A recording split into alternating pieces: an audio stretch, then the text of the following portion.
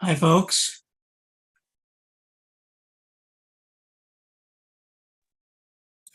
Hey, David. Hey, Hey, David. Happy New Year. thank you. Same to you.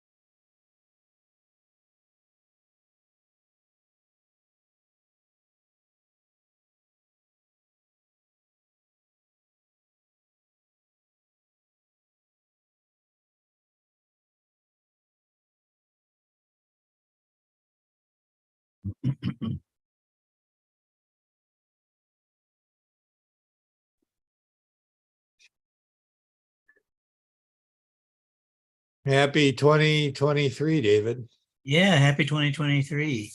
Well, How are you doing? well, we'd be doing better if we didn't have leaks in the garage. Oh, really? Oh, Yeah, it's been a constant problem. The people who designed this back in 1945 cleverly designed the driveway to discharge into the garage. Oh, So, what? yes, you can't tell until the rain comes, but all the water from the driveway wants to go into the garage. They didn't understand gravity? Apparently not. And so there have been some partial fixes over the decades. This just a month or so ago, Mhm. our son, who owns the property, put in a sump pump, Oh, which has helped a little bit, but still, with Stormageddon, we got water again. We'll have to put the cats to work bailing. oh boy. So it doesn't look I'm gonna be doing laundry tomorrow. Well, yeah, and we have these back-to-back storms coming up too, so it's amazing. Well, we wished for rain and we got it. That's right. We need rain. Hopefully this will stop the professional drought whiners. Well, That's looking my like hope. it. Yeah, it's looking like the reservoir is getting filled up, so that's good. Yep. Yeah. Okay. Well, that's good. Yeah. Yeah, we're far enough up from the Petaluma River that we don't. It's looking like it could flood. Continues like this, but Probably not. It's supposed to let up tonight. yeah, it's Only half an inch of rain is forecast for tomorrow during the day. that's pretty For amazing, us, though, when you anyway. think of it. Yeah. Yeah, I guess at the end of this, by the end of next week, like 9-10 inches in Santa Rosa. Oh, good. So that's good. hmm I'll just let the laundry pile up. Yeah. Oh, just run out in the rain.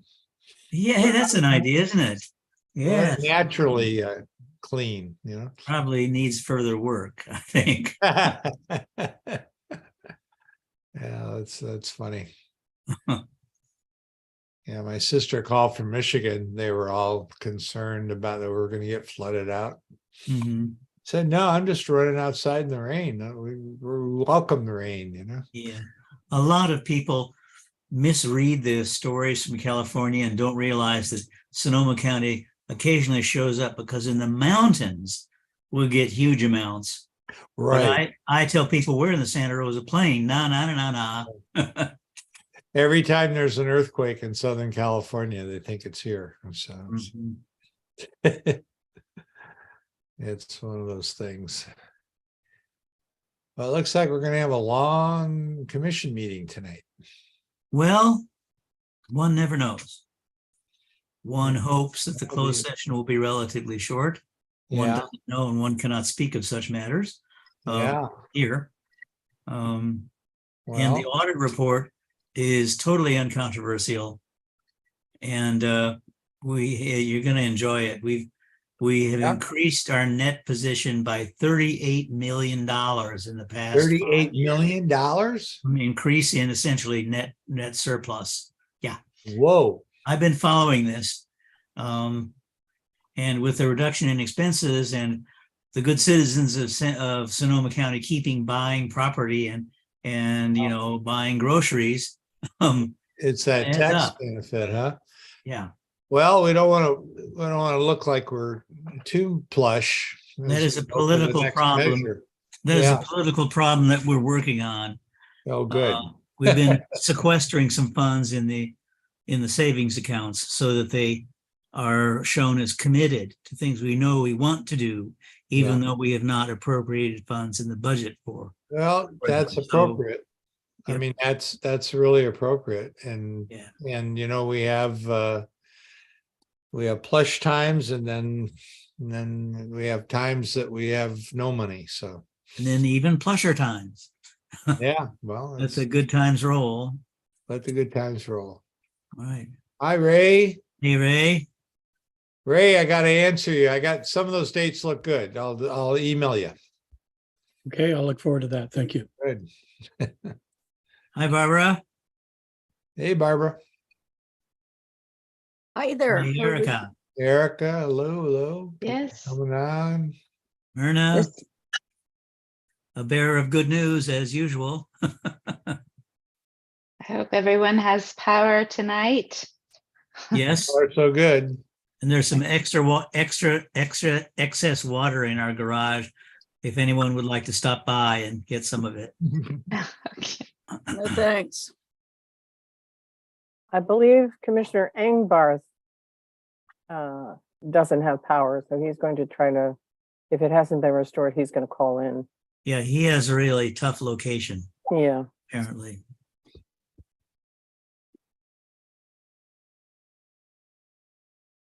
But we still have a quorum. Yeah.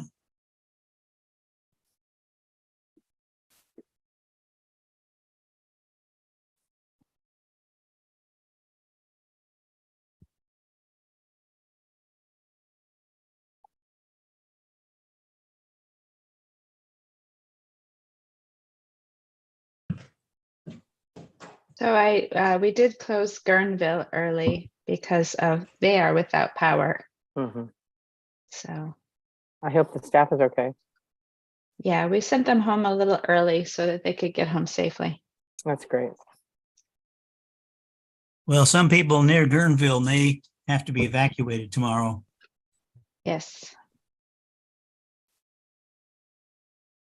But hopefully not our branch.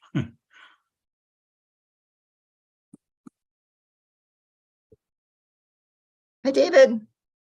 Hey, Rachel. How's the storm sounding over by your area? It's wet.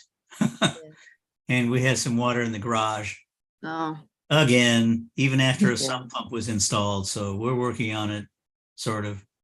it's just coming so fast. Our pool pump couldn't keep up with it and it just went Yeah. tired. Are you in the valley? No, our garage is in the driveway puts all the water from the driveway into the garage.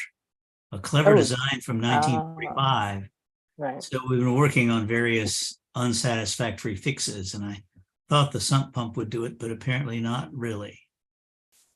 So Oh, yes. House ownership. 6 Yeah. inches of concrete on top of the existing pad. hey, what was that, Tom? 6 inches of concrete on top of the existing pad in the garage. That is one Raise everything up possibility. by 6 inches of concrete. Yep, that may be how we go. Good evening. Hi, Jeff. Hello, Jeff. Hi, Jeff. How are Alright. things in Sacramento? Wet and windy, but so far we have power, so that's good. Okay. Okay. And the river didn't rise to meet your office? It got a lot closer to the office, yes, but Right. not yet. Yeah, Okay. actually, we were told when we moved in that the lower parking area does flood. It's sort of designed that way, so. Uh-huh. All right, it's 6 o'clock. We're going to get started. So many pieces of paper here. Happy New Year, everybody. Happy New Year. New Year. Happy New Year. It's been quite a holiday season. Let's see. Hope you're all safe and dry. Jaylene and Bridget are helping us run the meeting. Lisa is on a well-deserved vacation, but it's a great opportunity to welcome Jaylene back. She has provided services for us for such a long time. So great to have you. Great to see you there. And without much further ado, I'm going to call the roll. Commissioner Cahill, Here. Commissioner Elkind, Here. Commissioner Ingvarth. Okay, he may join. He's going to try to, his power is out, and so he is going to try to join by phone, I think.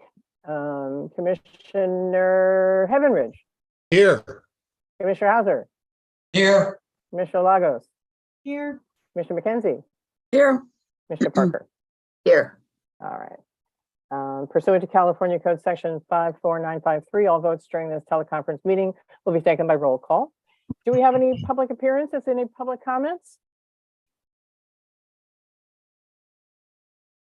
Chair Doyle, Mhm. we did receive a written comment, Okay, and it is, shall I take this time to read this out this time? please, if you would, and first tell us who it's from. Great, yes. So we did receive a public comment on November 27th of 2022, and this is from Zach Pooch and Jiho Gongora. My apologies if I'm pronouncing that incorrectly.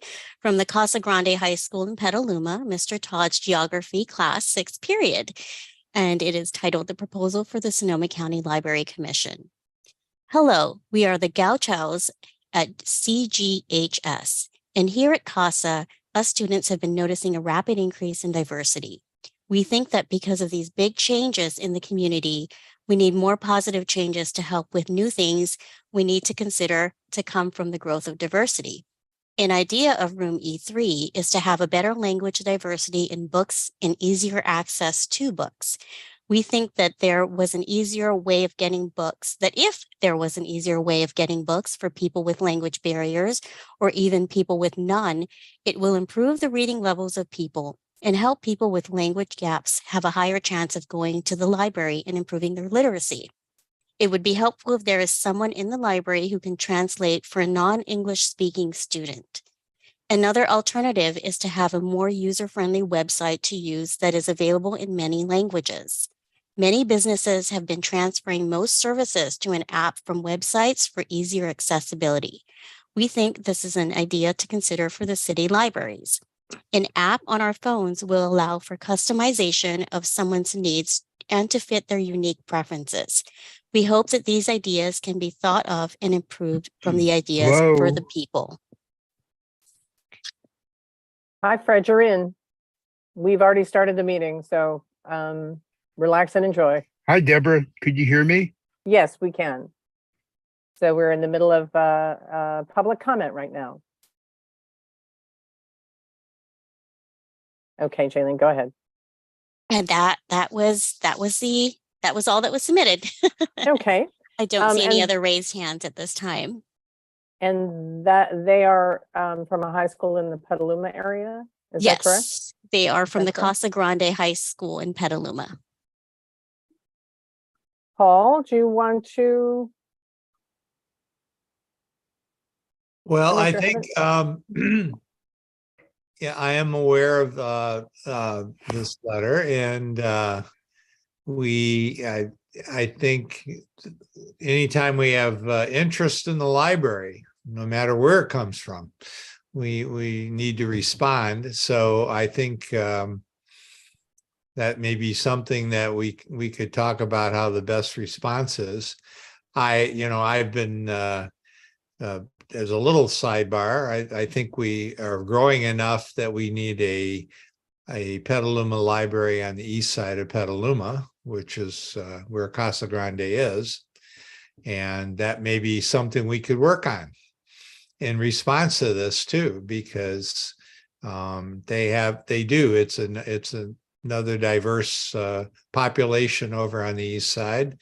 And it's a little bit of a drive to get to our existing library. So Well, perhaps I know that we're doing a lot of these things already. Perhaps we could hand it over to staff and then they could get in touch with the students and then report back and see, and let us know what happens from there. Erica, is that all right with you?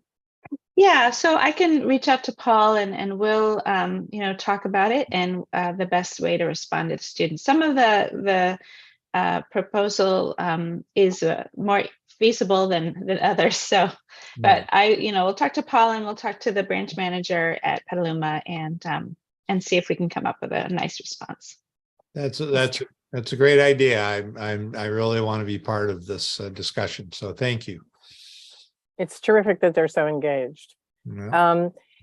We're going to rearrange the agenda a little bit. Oh, I'm sorry. Let me just do the resolution first, item 4. The resolution establishing the need to hold teleconference meetings due to the proclaimed state of emergency. Do I have a move to approve? So I'll move moved. it. I think I heard David and I heard Mackenzie. and I heard Barbara as a second. All in favor. Commissioner Cahill is a yes. Commissioner Yes. Elkind, Yes. Commissioner Engbarth. Commissioner Engbarth, you may be muted. Commissioner Elkind. You are muted, Commissioner Elkind. Oh, I'm sorry. I thought I had unmuted and said yes. Then I Thank you. muted. Yeah, sorry. I apologize. Thank you. I'm going to say it again, Commissioner Engbarth. Is his thumb up? All right, I'm going to go on. Commissioner Hauser, Yes. Commissioner Heavenridge, Yes. Commissioner Lagos, Yes. Commissioner McKenzie said yes. Commissioner Parker? Yes. Yeah, okay, thank you. And I'll make it, we have to, if you could work with Commissioner Engbarth to try to make sure that he's engaged, that would be great. And just as a note on this, you have probably heard that Governor Newsom permission, if you will, to hold teleconference meetings is expiring at the end of February, which means that we're going to have to be meeting in person in March. And there are, it really goes back to the way it used to be. If you're sick or if there's an emergency, you can certainly say that you can call in, but you can only do that twice a year. So think about your abilities to meet in person. We will probably be meeting someplace in Rohnert Park, either at headquarters or at the Rohnert Park Library, but we're not sure yet. We will let you know as soon as possible. Any questions, comments? Commissioner Hauser, No. your hand is up? No? No. Okay. There was a little hand up. Commissioner McKenzie. Yes, I saw this item. I think it was in the director's report about meeting starting in March in person.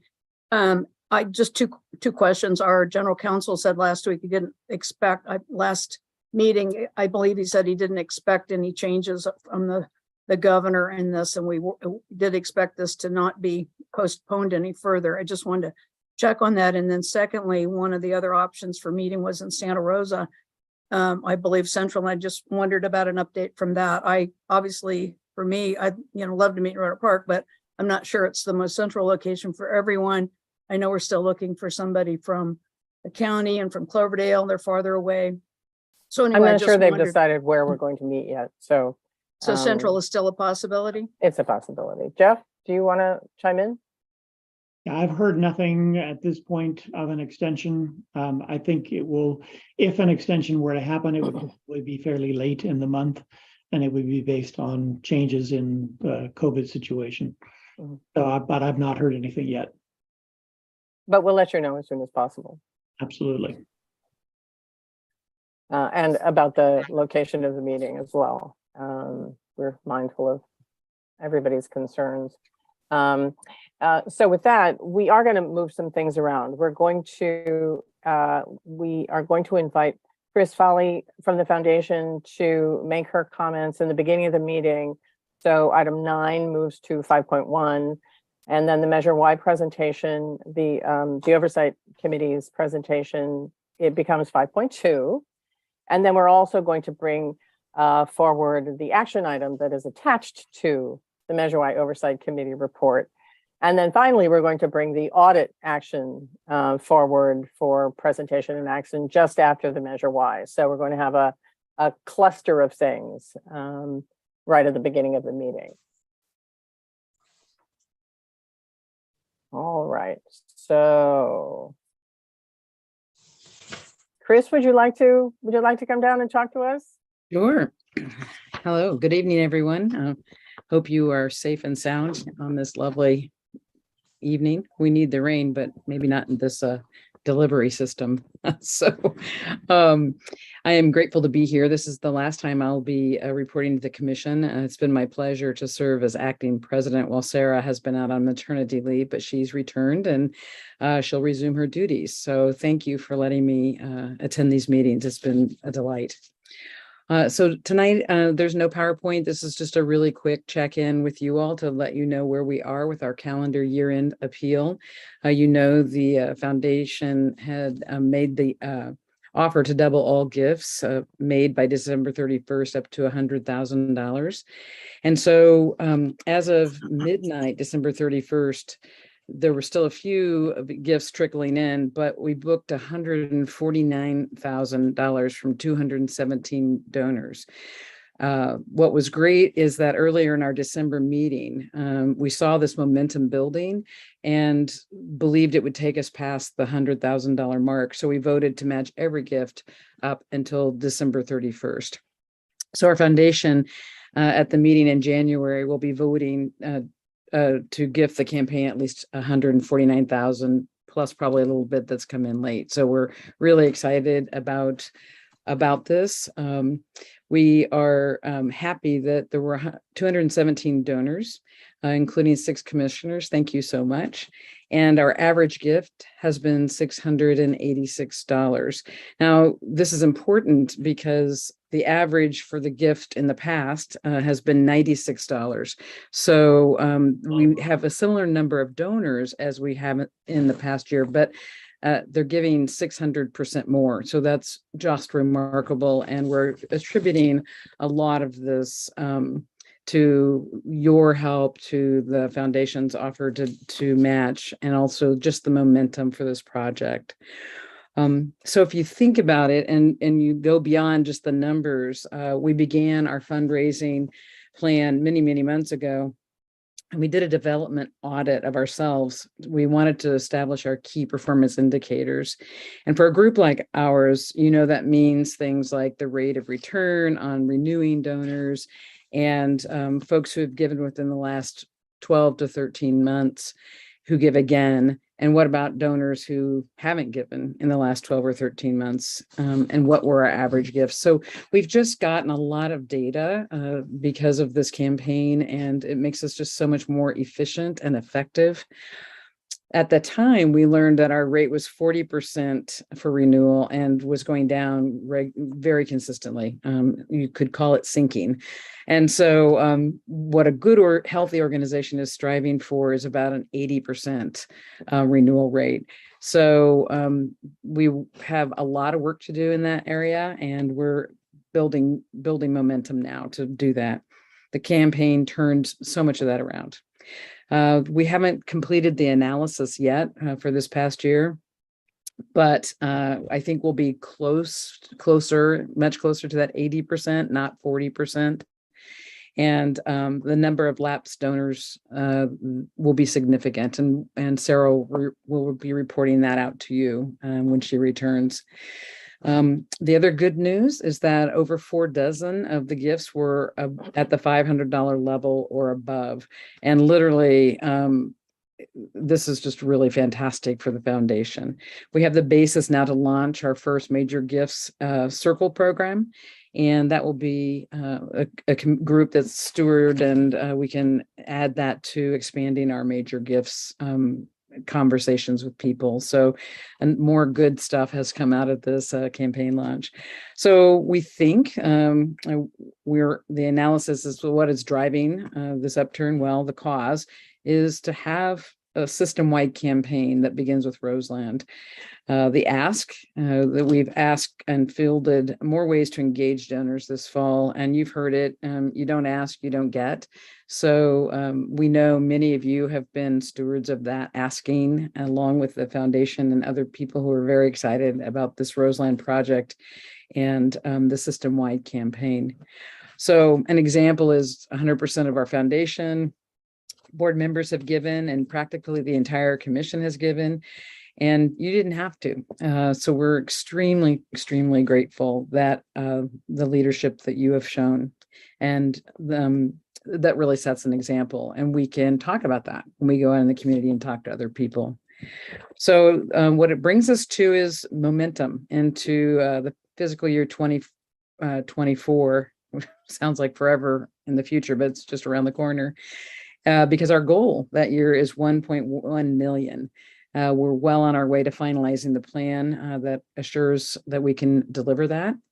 And we are working really hard, excited, enthused. I think the momentum that has been generated in the community has really inspired the foundation. And so we have every belief that we will make our goals. And we want to thank you, especially the commission, all the commissioners, for the support and the ways you've helped us financially, but also just the support and attending the launch and all of that. So I feel very grateful to be here to say thank you, thank you, thank you.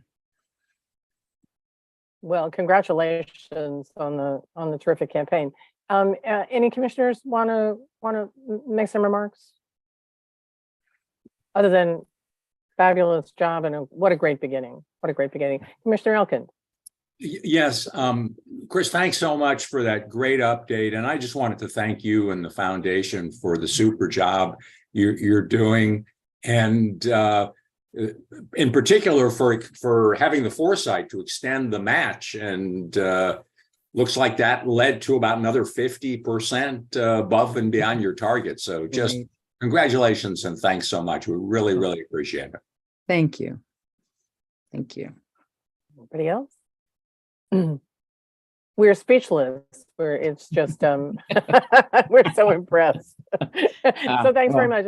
And I had thought that Pat Kuda might be in our audience, and I honestly think Pat needs to be saluted for being someone who just talked about a campaign for Roseland for so long, and it's finally here, and you all are really making it happen. And your board is to be commended so much. Truly, we're so impressed, and look forward to additional reports. And we hope you won't disappear. We look forward to seeing Sarah, but we hope you won't disappear also. Yeah, I'll be around. Thank you so much. Appreciate it. Fabulous. Thank you so much. Did I miss anybody's hand up? Okay. All right. Then our next presentation is the Measure Y Oversight Committee report. We're delighted to have Yvette come to make the presentation. Yvette Miner, the chair of the Measure Y Oversight Committee. I'm not sure that all of you have met her, but we look forward to what she has to say. Yes, and I have Mike. He will also be joining me in this presentation as well. He is our vice chair of the Measure Y. And so I'm going to go ahead and share my screen. Welcome, Mike. Okay. Can everybody see that? We can. Oh, okay, there we go. So I'm so happy to be here. It's been a challenge, but we are here today. And so I'm just going to go ahead and go over a few highlights of the Measure Y Oversight Committee report for the year 21-22. So the agenda, we have our Measure Y goals, library accomplishments, financial summary, conclusions, and Q&A. Measure Y, just a recap, Measure Y funds may only be used to support library collection and programs, improve access to local libraries, and maintain aging library facilities. Accomplishments collection over 1.3 million for books and media. Accomplishments, events or programs, summer reading program, adult and juvenile programs, literacy lunch at the library, and family concerts. Accomplishments, improve access. Roseland Regional Branch opens, Bibliobox Smart Locker installed at Sonoma Valley, Bibliobus becomes operational, library extended hours to pre-pandemic. Accomplishments, improve access technology. Video magnifiers installed at all branches. Sonoma 5 Connect debuts. Sonoma 5 replacement of hotspots and lost and damaged. Accomplishments, facilities. New furniture in several branches. Historical records relocated. Upgrades at Rona Park headquarters. Network bandwidth increased at all branches. Deployment of external Wi-Fi at all branches, completed reimagined plans. And I'll turn it over to Mike. As you can see, the Measure Y has done as expected. It provided a lot of additional resources to the library over the years. Without Measure Y, we would never have been able to do as much as we've done over the last 6 years. Go to the next one, Yvette. So there was another excess of revenue over expense. Again, I don't use the word surplus, but of about $4 million again this year. It brings a total of $20 million to the total excess of revenue over expense, but 9.8 million of that has already been committed, which leaves about 8 million still to be committed. And that was one of the comments we make later on, is that we'd like to see that, some use of that. Our only real comment about the financials was in the capital expense, where we felt like the share that Measure Y played was higher than it should be. But the new policy that the commission has adopted, we think will take care of that. We hope so. Okay, Yvette, back to you. Okay. So our conclusions and challenges: forecasting and budgeting income and expense have been very difficult through the pandemic and so forth. Conclusions and recommendations: provide more events and programming, review and audit budget, adjust budget regularly, plan for spending Measure Y surplus. Are there any questions?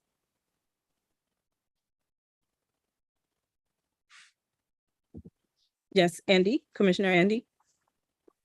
Hi, Yvette and Mike. First of all, thank you for the presentation. And I think more importantly, I want to thank you and the committee for the work that you've done to analyze our expenses and make sure that we're complying with the requirements of Measure Y. It's super important. I'd like to make a very tiny point in relation to your comment about capital expenses, because you pointed out that for the year under review, almost all of the capital expenses came from the Measure Y funds. And I think you've also indicated that the commission did adopt a policy going forward that was put together by our CFO, Myrna Lopez. And going forward, the capital expenses will be allocated 90% to Measure Y and 10% to property tax, which I think we're all fine with. The tiny point that I wanted to mention, because this came up in our discussion of the policy when we were talking with about what Myrna had proposed, and I think it was Commissioner Barbara McKenzie, who's one of the few folks who was here back when we first started to get the Prop Y funds. But she went back and looked at the budget and saw that not unexpectedly, in the years prior to the passage of Measure Y, we weren't spending any money on capital because we had none. So I'm agreeing with your analysis, but I just wanted to point out that, you know, technically, we were not replacing funds that from property tax because there had been none provided. And I see, Barbara, I see you have your hand up. Maybe you can provide a more accurate summary of what I just said. Well, thank you. The chair calls on me. I just agree with what you said, Andy. Thanks. You said it well. I agree that we didn't have any money to spend on, you know, any kind of capital improvements. It was, you know, we were living on a shoestring. So anyway, I also appreciate the work that all of you have done on the Measure Y committee. I know Mike has been on since day one and has stayed on and been chair and vice chair and so forth. I especially appreciate your longevity on this. I think it's really important to have that continuity on that committee. You've watched a lot of I hope improvements in our accounting for Measure Y funds, and I'm sure you have. And I again appreciate all the work that you've all done. I just had one quick question on page, oh gosh, I don't know. I have it as page 15 of our packet under accomplishments for facilities. I really don't know what completed reimage plans means. I don't know if that has something to do with our reimagining. It was a program. reimagining. Yes. But it was the reimagining plans. What is there a connection? I'm not sure what the accomplishment would be, completing reimage plans, what that means exactly. So essentially it took a while to get to that point. We had the pandemic, and so some of those things were not completed, but they have been completed at this point. And so we just wanted to highlight that. Okay, well, fine. Thank you. And thanks, Yvette, for your leadership on the committee. Thank you. Thank you. Any additional questions or comments? Echoing certainly what Barbara and Andy said, thanks very much for your time and your work in this, and it's great to see it summarized. Just an additional note about the reimagining plan, however, it's not done yet. So we've accomplished some things, but it was a 5-year plan. So so that's something to keep in mind. And one of the things that I look at, because this is going to be a document that people look at, for example, during if there's a tax renewal campaign, people are going to be looking at your reports just to see how the library has been doing. And even though we're all aware that the pandemic happened and that it really slowed spending down and slowed things down, or it really it made the future uncertain for a long time.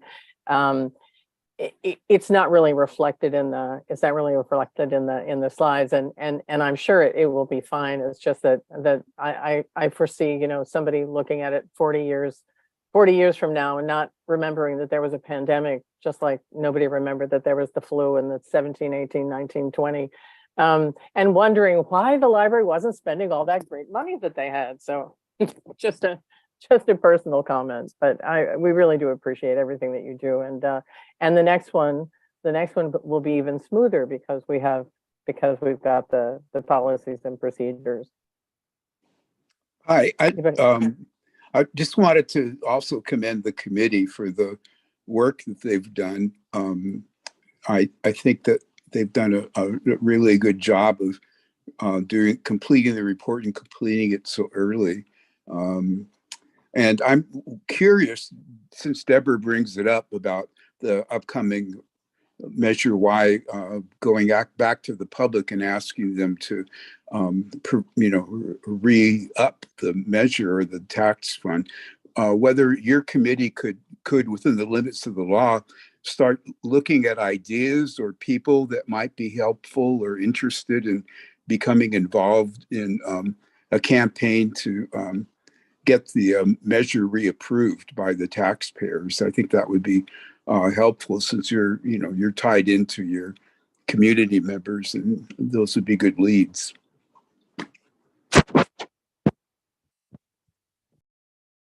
Something to think about, certainly.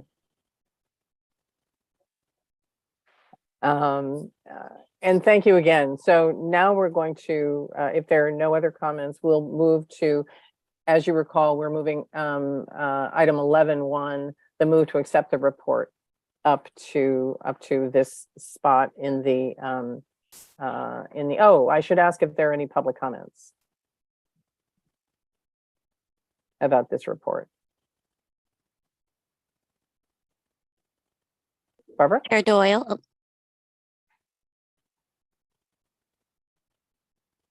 Barbara, you're muted. Sorry, I know you're looking for public comment. If you don't have any, I'll go ahead. Are we just approving the report as given, or the written report that's in our packet? Because I had comments on the written report as well as the minutes to the meeting. We're accepting the Measure Y Oversight Committee report. As in the slideshow, or the whole report? The written report. The report. I think she's referring to item 11.1. I'm trying to find my report in here. Yeah, the report starts on page 135. I don't know, we're not adopting that, are we? Yes, If I we are- think we are. That's Okay. the implication of 11.1 is to adopt that written report, not the slideshow. If I could make one point, you're not actually adopting the report, you're simply accepting it. It is the Okay, yeah. report of the Oversight Committee. Right, Okay. and since they were related, that's why I moved the item 11.1 up. So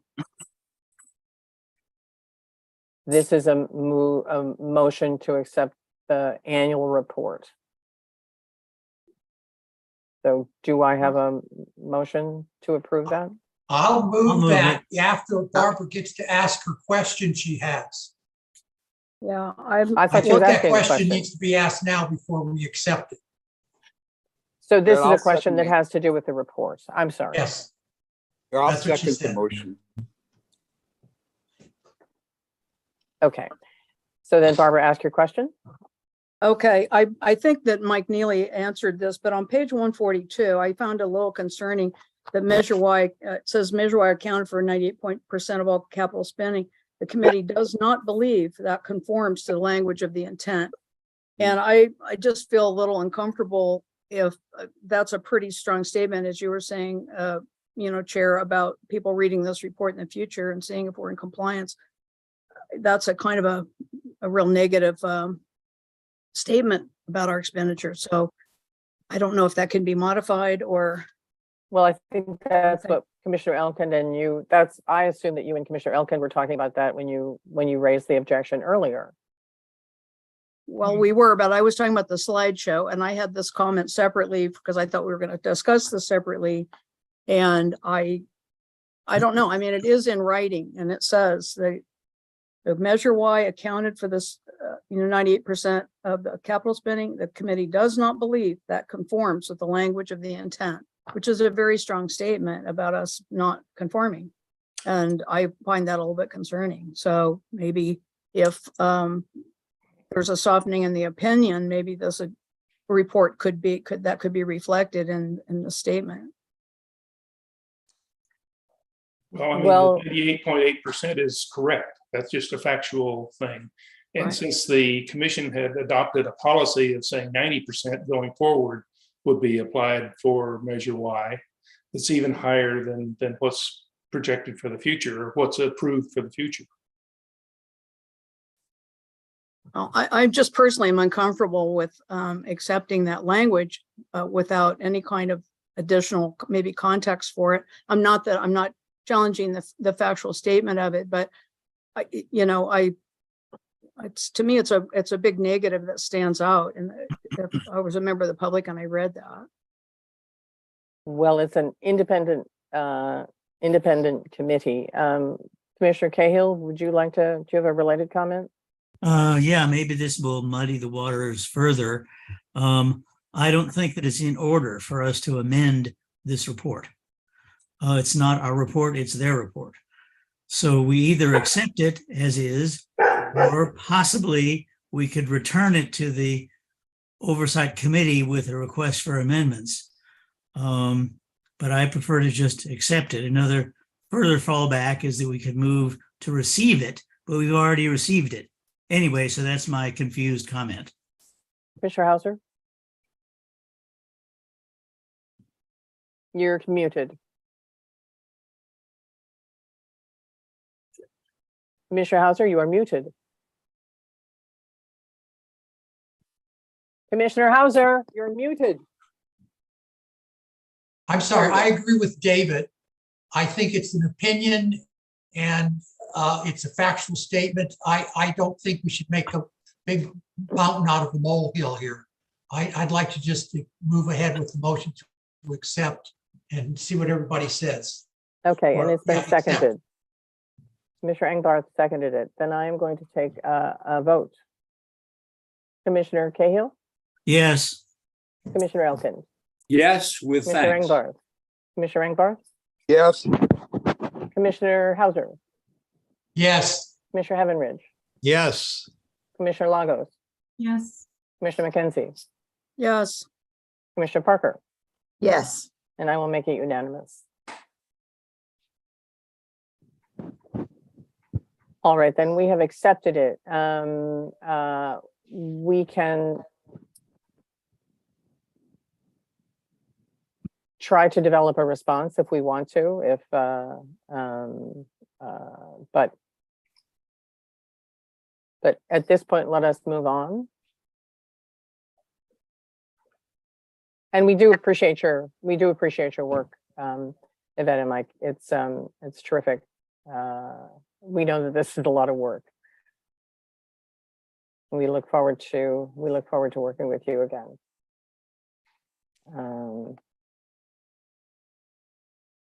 Do I see any other hands up? Okay. Then the next item of business is the audit.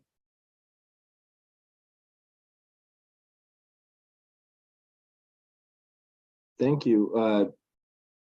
Are you comfortable with me just continuing? Mm-hmm. Okay, well, first I'd like to thank you for moving up the presentation. That is greatly appreciated. And I do have a slideshow for you. Can everybody see my screen? We can. Yes. Great. All right, an introduction. I am Kellen Gilbert. I'm the engagement partner at Pacinti and Brinker, and who performed the audit of the financial statements. And just to step in and let the commission know that the finance committee has seen this. Thanks. Yes. Brett Bradford was the independent report reviewer. Alyssa Foster was the audit senior, and Gina Roach was the audit associate on the engagement.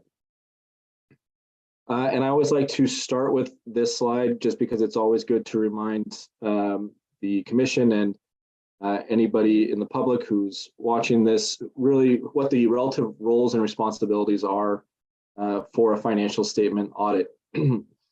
So management is responsible for the financial statements, all the information within the financial statements, and maintaining an appropriate system of internal controls over those financial statements. Our role as the independent auditor is to provide an opinion on whether or not those financial statements are free of material misstatement.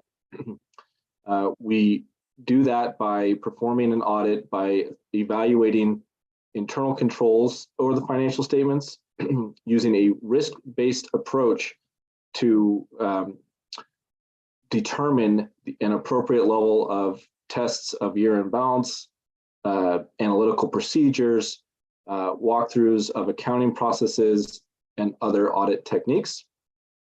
And of course, we read and review the entire financial statement package and the notes and evaluate the disclosures for accuracy, both both numerical and as written. Some financial statement highlights. I think this is just a helpful slide, just to kind of give a brief overview of where the library's financial statements are at as of 6/30/2022. Total assets and deferred outflows exceeded total liabilities and deferred inflows by 32 million, which was an increase of 8.5 million from the previous year. The Measure Y fund balance increased by approximately 4.2 million and has an ending fund balance of approximately 21 million. And really this last bullet point, I think, goes back to the discussion earlier of really how far the library has come in the past few years, that from July 1, 2018 till now, net position has increased by 38.8 million over that 5-year period. So that's a very healthy figure. The areas of focus of the audit, obviously we do audit all material sections of the financial statements, but this is just a rough breakdown of where our time was spent. Cash investments, revenue recognition, and accounts receivable is always a large focus of the audit. The financial statements and the presentation of the financial statements, also a large focus of the audit, especially with the complex financial statements like the libraries. Accounts payable and other liabilities, pension and OPEB, and Measure Y compliance, which I will discuss in a little bit later. And this last bullet point, which is new for this year, is the implementation of GASB 87, which I will discuss in the next slide. So during the 2020 year, the library implemented the Government Accounting Standards Board GASB Statement Number 87 leases. So the Government Accounting Standards Board, they are the ones who set the rules for how local governments have to perform their accounting. So all of our auditing procedures flow through from the rules and the rules that the GASB dictates for how to treat accounting transactions. So they're really the standard setter of which everything starts at. So they issued a new standard a few years ago, and this was the first year that it was to be implemented. And that standard essentially took operating leases, which we used to call, consider to be some accounting slang, off balance sheet, meaning that the operating leases were not recorded on your statement of net position as an asset or a liability, yet it was still a commitment of the libraries, and we would disclose it in the notes. Essentially, they took those operating leases off balance sheet and put them onto the statement of net position. The adoption of this standard created a non-current asset, which is considered the right to use the leased asset for your leased facilities, and created a corresponding lease liability of approximately 6.8 million. We did have one issue during our testing of the implementation of GASB 87. We noted that there was a control deficiency. An amendment of the Roanoke Park headquarters lease that expanded the lease space was not included in the original calculation that was provided to us. The resulting adjustment increased the right to use asset and lease liability by approximately 370,000. We did consider this to be an isolated incident, as we did not have any other control deficiencies that we noted, and therefore we did not feel that it rose to a higher level of deficiency other than just a control deficiency, which is essentially the lowest level of deficiencies.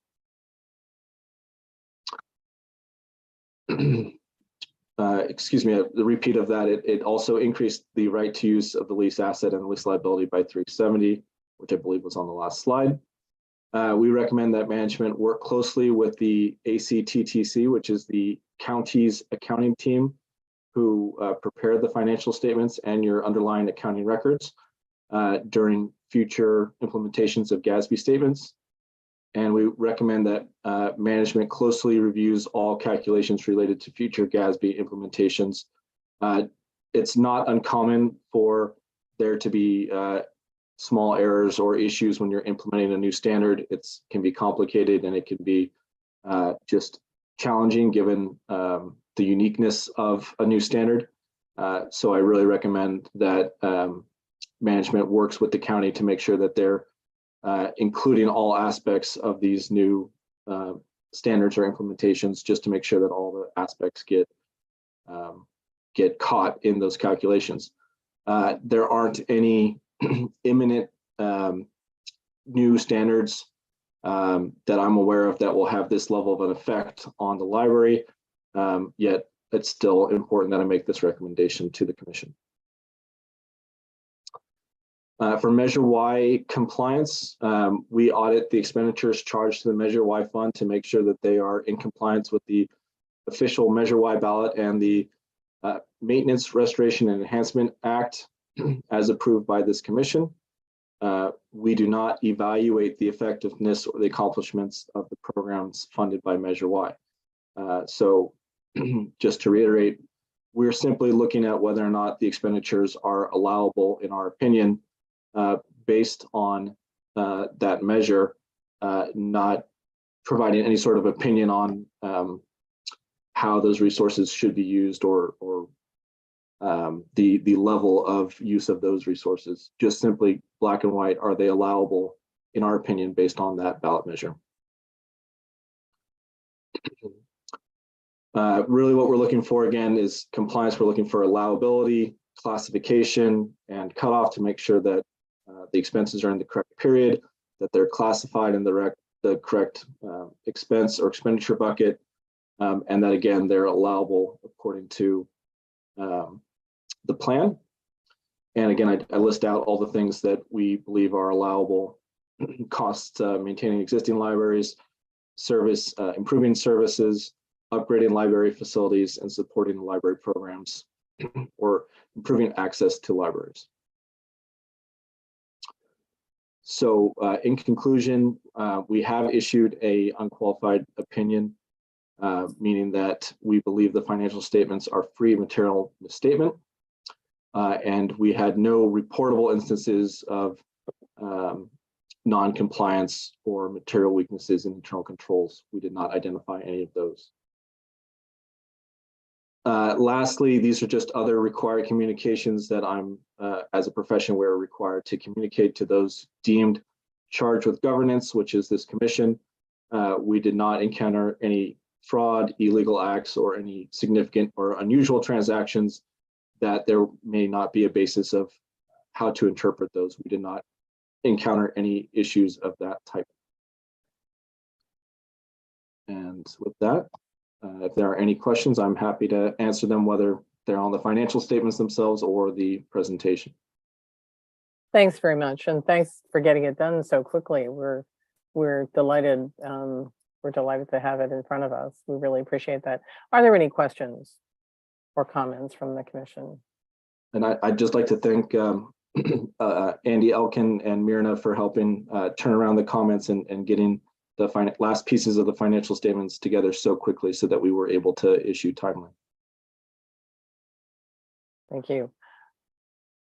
I don't see any commission comments. Are there any public comments? Chair Doyle, we do have Commissioner Elkind with his hand raised. Commissioner Elkind. Yeah, thanks. Kellen, it's very generous of you. I don't want to claim any credit. I wanted to thank you and your team, particularly Alyssa, for all your hard work in getting this turned around so quickly. And of course, Myrna, welcome back. You were fantastic in working with Vicente and Brinker. We are so happy to be reviewing this audit at this time, in contrast to what happened in the previous years. So Kellen, just wanted to thank you and the team. I will say to the commission that we did in the finance committee have an opportunity to see this audit in draft form.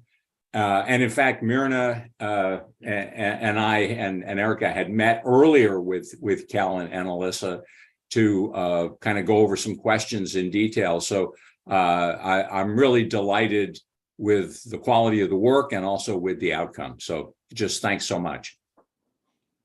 Yes, I'd like to support Andy in his statement. I think that it's great that our financial team was able to get this and that your company was able to get the audit out in such a timely manner. really a great thing. I have one question about the new Gatsby statement. We're further down in the agenda, we're talking about some grants that the library is getting involved with, and the grantor is requiring that we have at least a 10 to 13-year lease agreement. How should that be handled as far as Gatsby is concerned? So assuming that it would qualify under the old tenets of an operating lease, meaning that you're not using the entire, I'm sorry, Myrna, did you? If I can, I think the lease that Commissioner Engbarth is referencing is a lease with one of our joint power authority partners, and those leases do not meet the qualifications for the GASB 87. There's no exchange in lease costs, and those are not included. So that would not be part of the GASB 87. Great. Thank you, Myrna. My understanding. Thank you. Thank you. Any other commission questions? I see Commissioner McKenzie. Commissioner McKenzie? Yeah, I'll be brief. I just wanted to say, I think this is the 9th audit since I've been on the commission. They've all been good audits. The library as a public institution has done a good job with its books and its finances. This is the first time that we've had a really good audit like this and done in a really timely way. So congratulations to all involved, particularly our CFO and the audit team. I really appreciate it. It's wonderful. I think we're all really impressed with the work, and it's a great feeling to know how well run our institution is. Thank you. You're getting a sense of gratitude, aren't you, Kellen? That's good. I think Myrna and her team, you guys have come a really long way, and I think she deserves all the credit. So, but I appreciate it. It's made it a lot easier for us to come in and do our job, especially this year. So again, thank you, Myrna, for your help. Oh, that's terrific. Thank you, Kellen and Pacinti and Brinker. For me, in ensuring that we have a strong audit team is important, so that we can make sure that we can make improvements. And there's always, that's my standard, is to always make improvements in our work. Great, thank you. Are there any public comments? I'm not seeing any hands. I'm not sure that I can see all the hands anyway. So Jaylene, if you and Bridget see something, let me know. Sure. I do not see any public hands raised at this time. However, I do see Commissioner Elkind's hand up. Oh, Commissioner Elkind. Well, in view of the fact that there aren't any public comments, I was hoping that I could have the honor of moving that the Sonoma County Library Commission accept the basic financial statements and independent auditors report for the fiscal year ending June 30, 2022. I was going to ask you to do that very thing, Commissioner Elkind, and I heard David Cahill second first. So that's the first and a second. And let's call the roll. Commissioner Cahill? Yes. Commissioner Elkind? Yes. Commissioner Engbarth? Yes. Commissioner Hauser? Yes. Commissioner Heavenridge? Yes. Commissioner Lagos? Yes. Commissioner McKenzie? Yes. Commissioner Parker? Commissioner Parker? I see that, yes.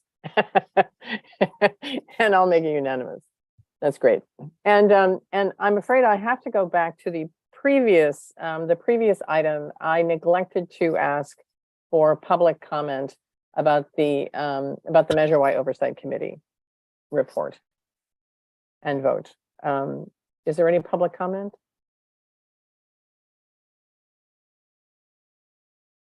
Seeing none, we'll move on. Thanks very much, everybody. All right, we're moving into library reports, and thanks, Kellen, very much. We appreciate your coming out in this rainy night. Stay safe wherever you are. Thank you very much. Okay. Have a good evening. You too. All right. Library reports. We are, Erica, is there anything you want to add to the library reports that we've got? Yeah, Or so call I would out? I would like to call out that we have 100% increase in our program attendance since last year, and that all of our statistics are up from last year at this time in circulation and patron visits and new patrons. I don't know if that's a result of the Sunday hour service that just started in November, or if it's just a general trend that, you know, we're seeing people coming back to the library in more and more numbers, but I think that's that's something to celebrate. And I also want to call out that we now have masterclass at the library, streaming through Hoopla. So if you are familiar with masterclass, this is a digital streaming service of experts teaching classes on cooking, on filmmaking, on writing, and we have that available through Hoopla. So I'm very excited about that. I personally love masterclass, and I can't wait to check it out and see what they have now. Any questions, comments? Yeah, I have a few comments. One of them, I wanted to commend the staff on their participation in the survey or the research that was done by the University of North Carolina on our response to emergencies. I thought that, to have the library called out for that is really, really good. And I was wondering, it mentioned that the focus group is looking at an update of the disaster response plan. And I'm wondering if at a future meeting, we could get a report on that. Certainly. So we have a new disaster plan. Ray and I need to spend some time and make sure that it has everything that it's supposed to have. I think that it's fairly close to being finished, but we just need to get together and really pour over those details and finalize it. Thank you. The other thing I wanted to commend you on, or the library on, is the getting the participation of all the joint partners on the grant program. I think that that's really quite an accomplishment, and I'd like to commend you and the people that worked with you on that. Well, thank you, and I want to thank all the people who it was a very, very busy 2 weeks, and we're hoping that we'll get as much money as we can, and that will be a problem. It will be a good problem to have, to try to figure out how to manage all of those projects. Yeah. Well, thank you. Commissioner Elkind. Thank you. Erica, I appreciate you calling out Masterclass, because I had made a note about that. That's a great ad, and really excited that we're now offering that. It prompted a question, and I don't know if you feel this would be valuable or not, but I've appreciated the presentations we've had by various branches, and it's great to know it's happening in different parts of our system. I would love it if for one of our meetings, the staff could put together a little presentation on some of the great digital resources that we have and how to access them, because I'm continually amazed at the things that we have. And I know that personally, I don't feel confident in my ability to find and use everything. And I talk to people who are, I would say, frequent library users and don't know about many of the things we have. I think if staff would be willing to do that, I think that would be a really useful presentation. Thank you. Sure, no problem. Commissioner McKenzie.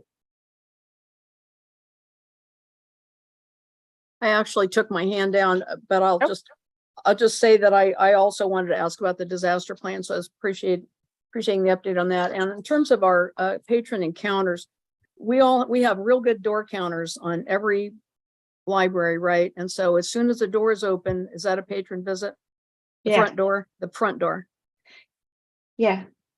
Okay. I think it's actually might be on the, depending upon the building, not the entryway, like after the foyer. That's what I wondered, because in some of our, including Roanoke Park Library, you walk in the door and then a lot of people go straight into the Florids room. And then there's a second sliding door. So at some point in time, we got a clarification of exactly what a patron encounter is. I appreciate that. Not a rush, but thank you. Sure.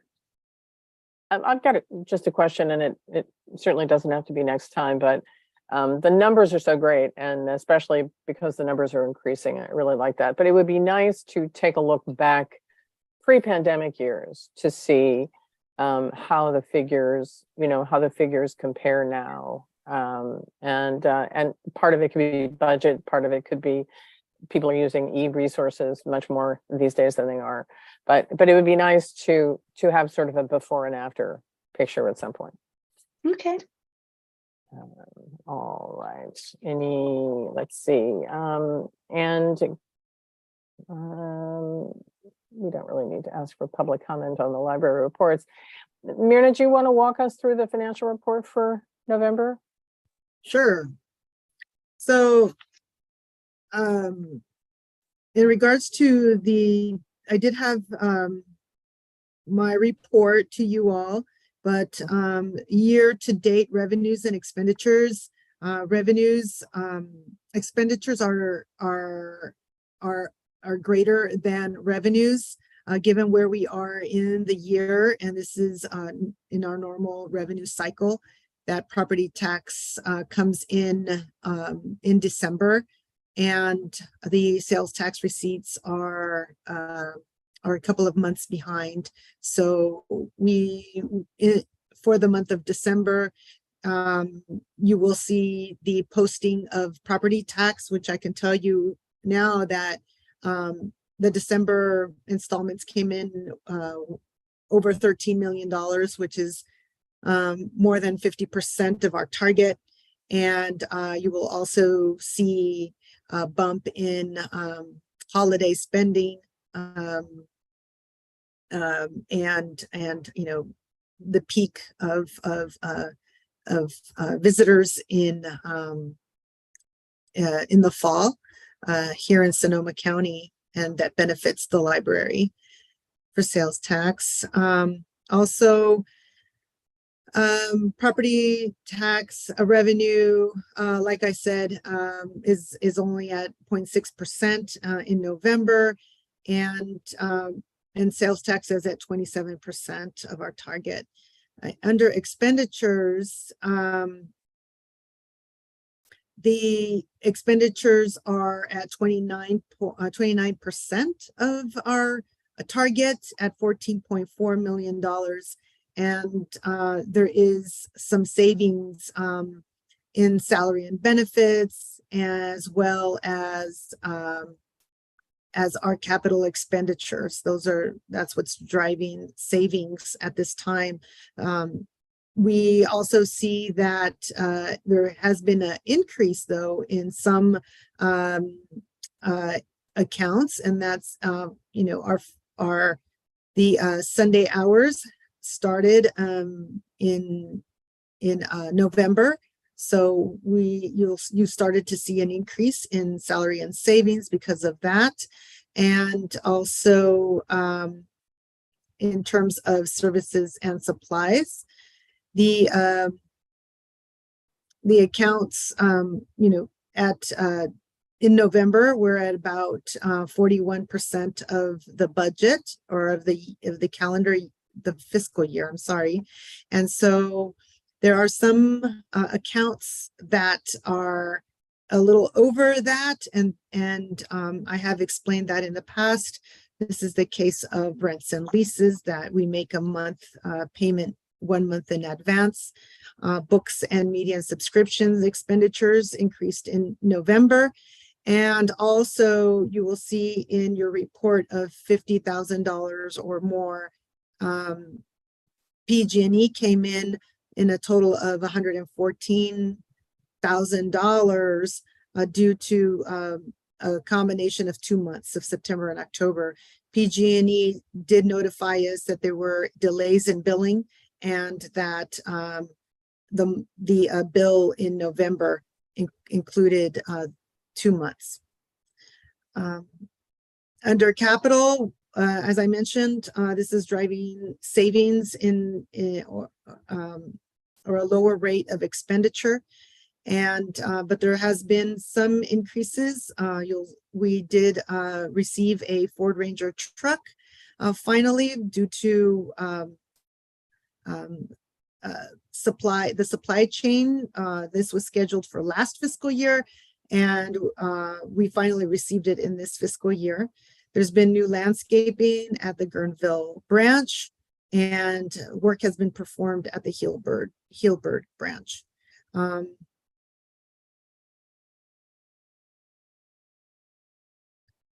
And under fund balance, there has been no change there, but I do want to continue to keep you appraised of what our uncommitted fund balance is. Under property tax, it's $7.8 million, and under sales tax, it's $8.1 million. Also, I worked with the Measure Y Oversight Committee in November and provided them unaudited financial data as the audit was underway. I also reviewed financial statements with some committee members to better, to continue to better understand our financial statements. And coming up in January, the Finance Committee is scheduled to review the mid-year actuals, which is our 6-month period, and projections to year end. So with that, I'll take any questions.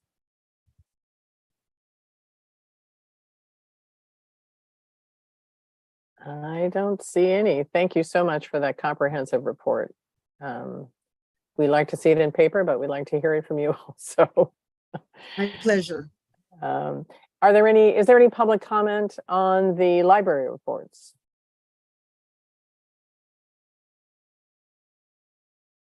Okay, I'm not hearing any. We will move on to, does anyone have anything to add to their commission reports? Chair Doyle, we have Commissioner McKenzie. Okay. Commissioner McKenzie.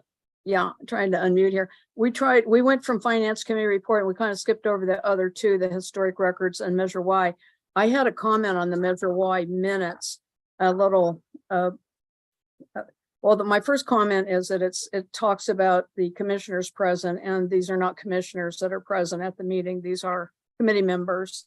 I'm on page 53 of the agenda if somebody wants to shoot there.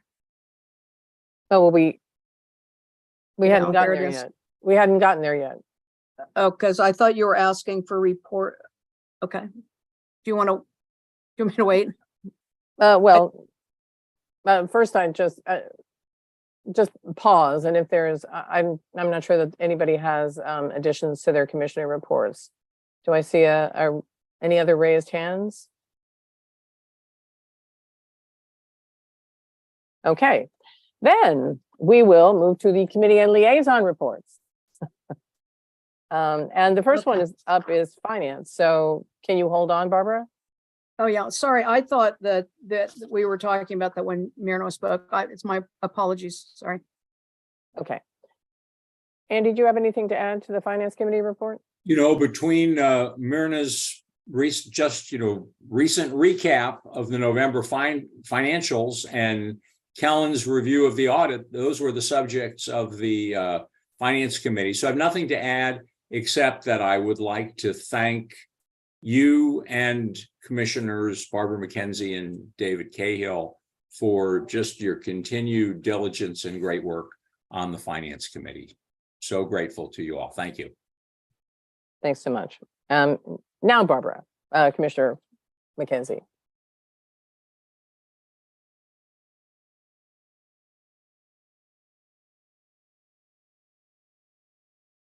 Are you muted?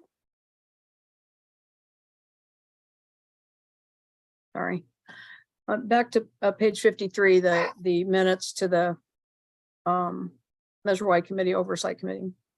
So it says commissioners present up there at the top, and those are not commissioners. Those would be committee members, I suppose. That's correct. And just for clarity, and then when I see the folks mentioned there's 1, 2, 3, 4, 5 And then absent Tim May, that would be 6. And there, we have 9 commissioners active right now. So I would think there would be 9 people on this committee. So I'm just, my question is. There are 2 appointments pending.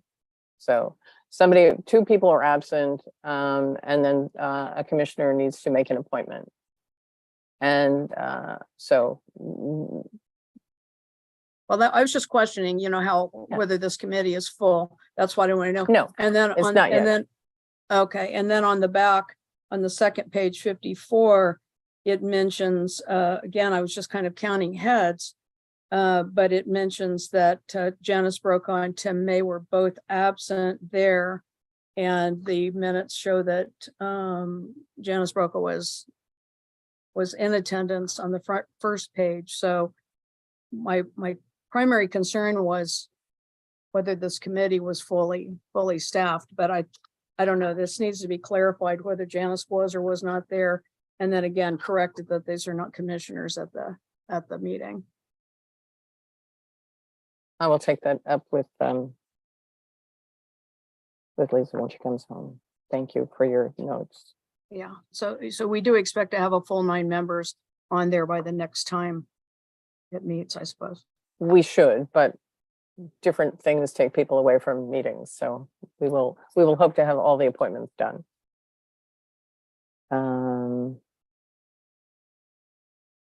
Any other comments? Let's see, we're down to the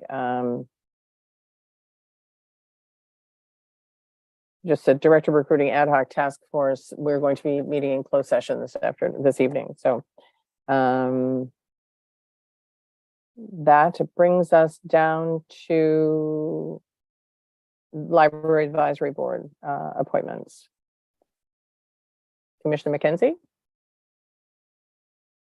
Yes, I have the honor of resubmitting the name of Lisa Newsom for another term on the Roanoke Park Cotati Lab.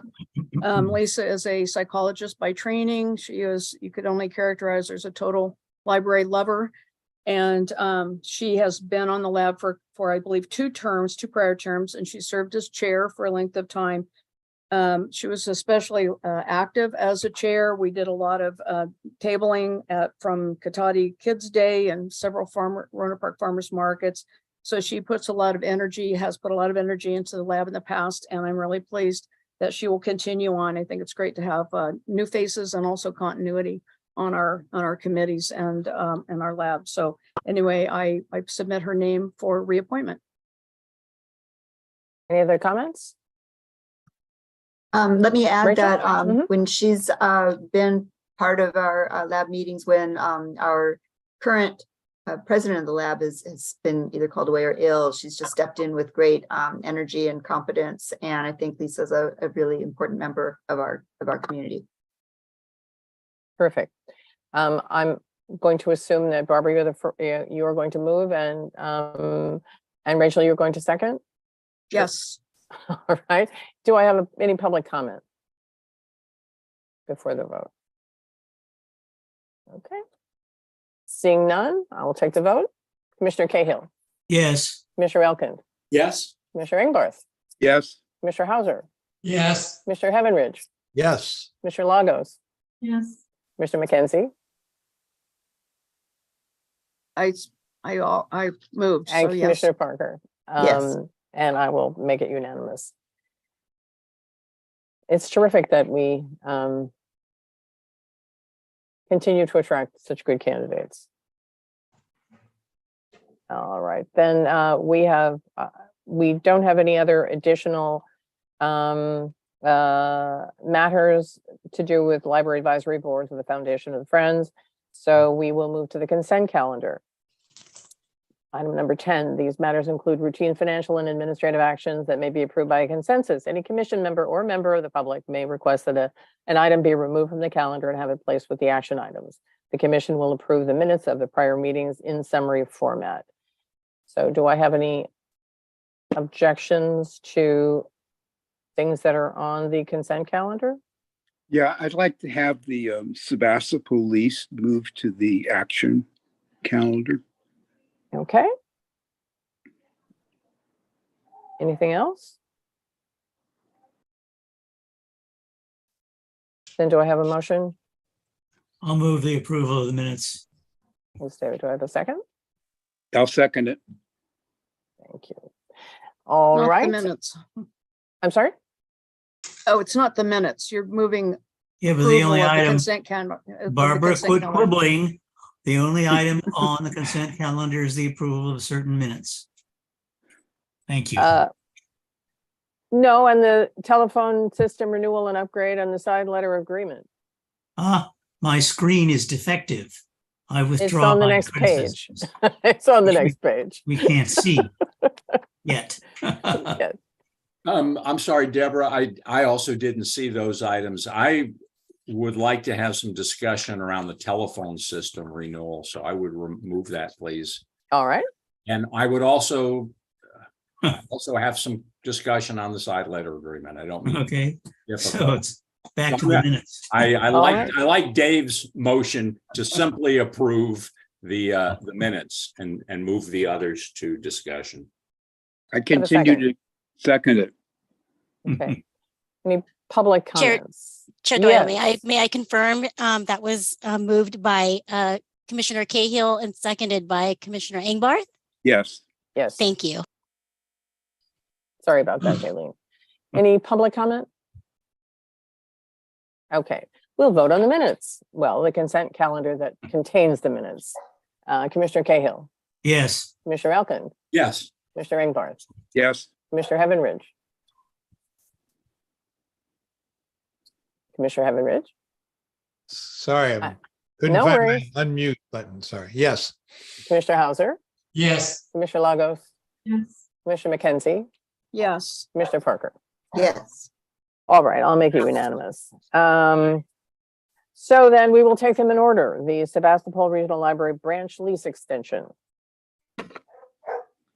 My only question. Well, perhaps on we that should is- hear from staff first Sure. and to talk about the item, and then we Sure. can talk about comments. Okay. Thanks. Sure. Sure. As you know, the Sebastopol Regional Library received about $716,000 from the state library in grant funds. And a condition of those grant funds required that the library have a lease that will be in effect 10 years beyond the completion of the project. The current lease with the city of Sebastopol is month to month. So it does not fulfill that condition. We did talk, Ray and I did talk to the city staff at the Sebastopol, including Mary Gurley and Dante Prieto, who's the head of Public Works. And we talked about whether or not to make any substantial changes to the lease.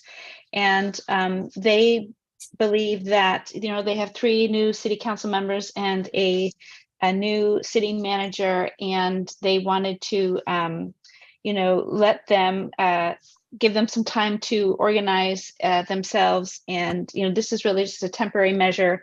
They also agreed at a later point to renegotiate the lease.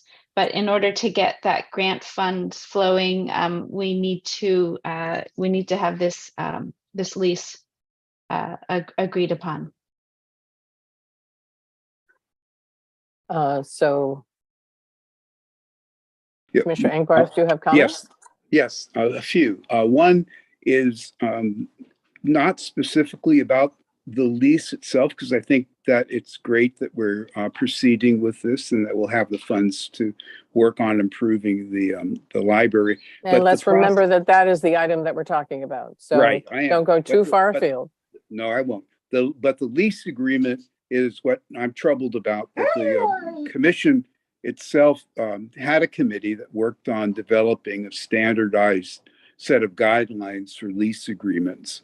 And we have this lease agreement and possibly some other lease agreements coming up.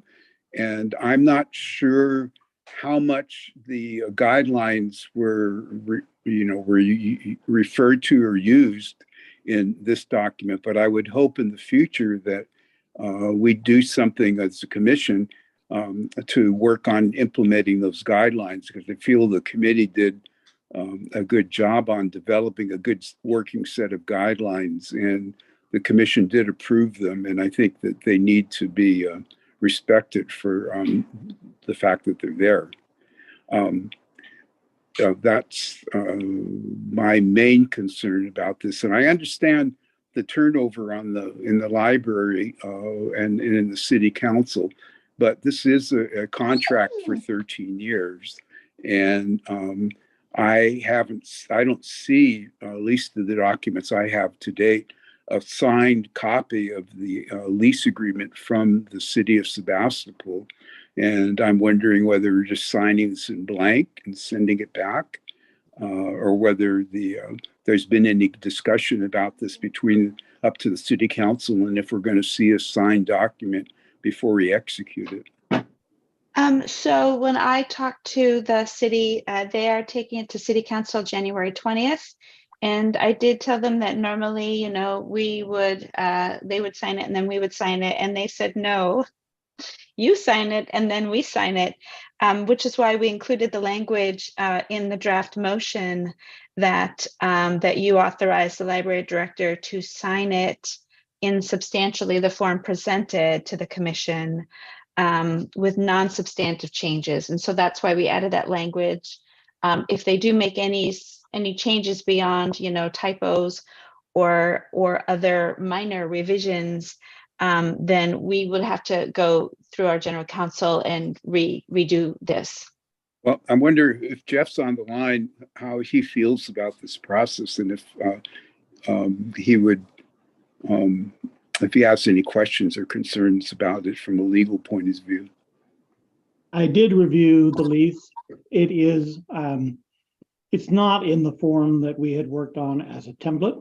However, I understand the reasoning behind why we're moving ahead this way. I think it is a fine lease. It's not exactly the form that we approve, but I didn't have any particular problems with it.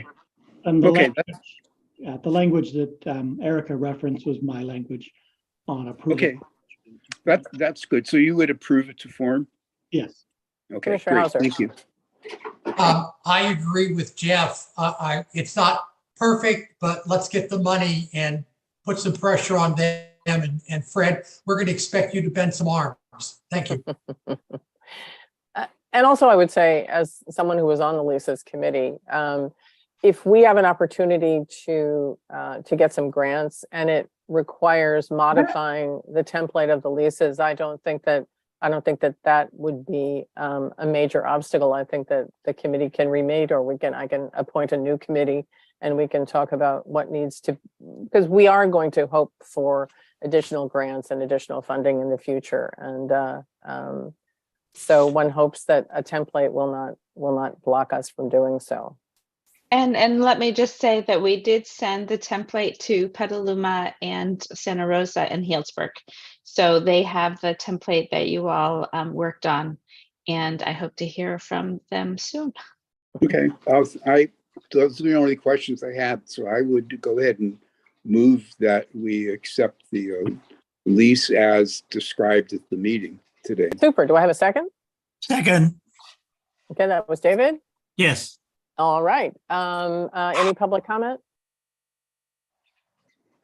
Seeing none, I'm going to call the roll. Commissioner Cahill? Yes. Yes. Commissioner Elkind? Yes. Commissioner Engbarth? Yes. Commissioner Evanridge? Yes. Commissioner Hauser? Yes. Commissioner Lagos? Yes. Commissioner McKenzie? Yes. Commissioner Parker? Yes. Terrific. Thanks very much for moving this forward. And this is going to be great for Sebastopol. All right. The Cisco telephone system reference and upgrade. I think this is going to be pretty self-explanatory, but Erica, do we want Mike to walk us through this? Yes, Mike, if you could. Sure, I'd be happy to. Good evening, commissioners. So at the December 4th commission meeting in 2017, the commissioners approved the purchase and licensing of the Cisco phone system that we are using today. That 5-year license is expiring, and we are in the process of needing to renew it. In the there's been a big move within IT this year to go towards resiliency and redundancy, and therefore moving to the cloud is one of the moves that we make. Rather than relying on physical servers, we're moving to the cloud platform. As a cost savings, one, but also for security, two, and then as a backup measure for safety as well. So what I brought forward tonight would be the renewal of the phone system. By moving to the cloud, we are no longer needing to buy 2 replacement servers, and also the management portion of it is considerably cheaper, as reflected in this saving over a little over $180,000 over 4 years. The reason for this is when you have the on-premise phone system, the management portion is just about twice per unit, and we are licensed for 499 phone seats at $20 a piece for the on-premise versus the $11 for unit price for phone system. There is an uptick in this first year for the migration fees because we will be migrating our services from the cloud over to that, and so there will be engineering work by AMS and also some the purchasing of the licenses. After that, the remainder of the years will drop back down to about $80,000 a year. Overall, it's going to be over the course of 5 years, the $363 as opposed to the $547,000 were we to stay with an on-premise solution. Thanks very much, Mike. Any questions? Chair Doyle, we have Commissioner Elkind. Commissioner Elkind. Yeah, thanks very much, Mike. And I appreciate you going over the rationale for moving to the cloud. The resiliency, redundancy makes sense. My question, and the reason why I wanted to pull this off of the consent calendar, is I could not make sense of the numbers. I see that the motion calls for a total of $363,000. But when I'm looking at the summary on page 74, it looks like it's $526,000 when we add in the additional year 1 costs. So I'm wondering if you could just explain what it is we're actually authorizing, because I could not make the numbers come out. Thanks. Yes, no, I see what you're saying right there. Could you, Jaylene, go to the annual cost breakdown? I believe it's on the next page, or the comparison between the two. Yeah, that comparison is on page 75, and I struggled a little bit with that one too. But okay, let's go. Okay, this is the one that there may be some.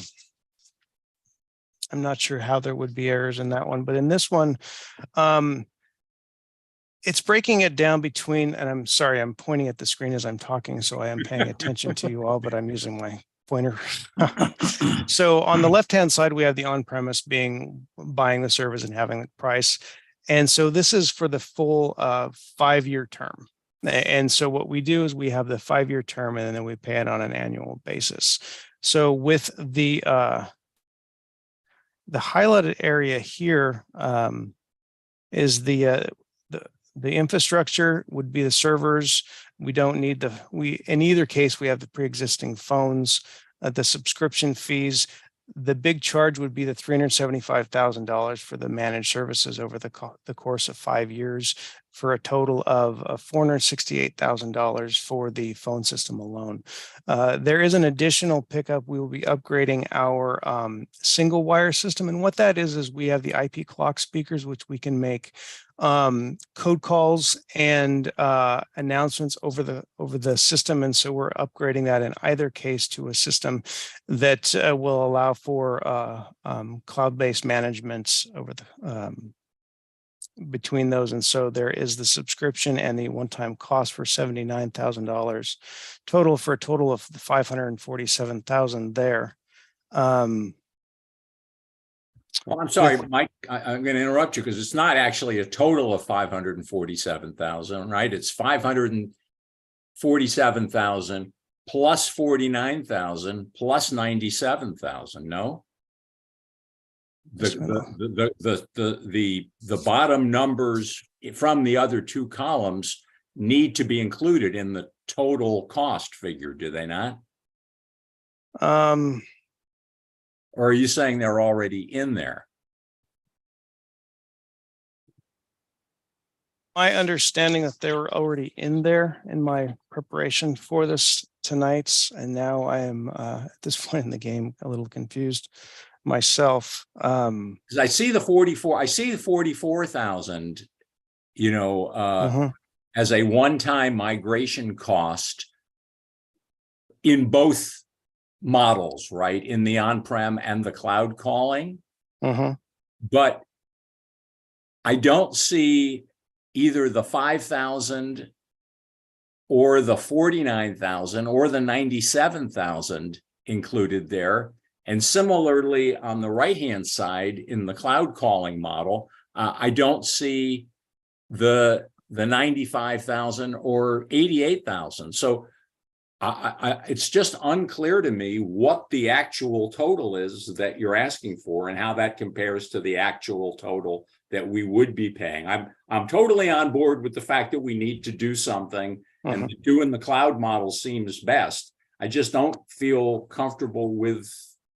I think I can explain it. So the column that has the estimated cloud total is all of the costs.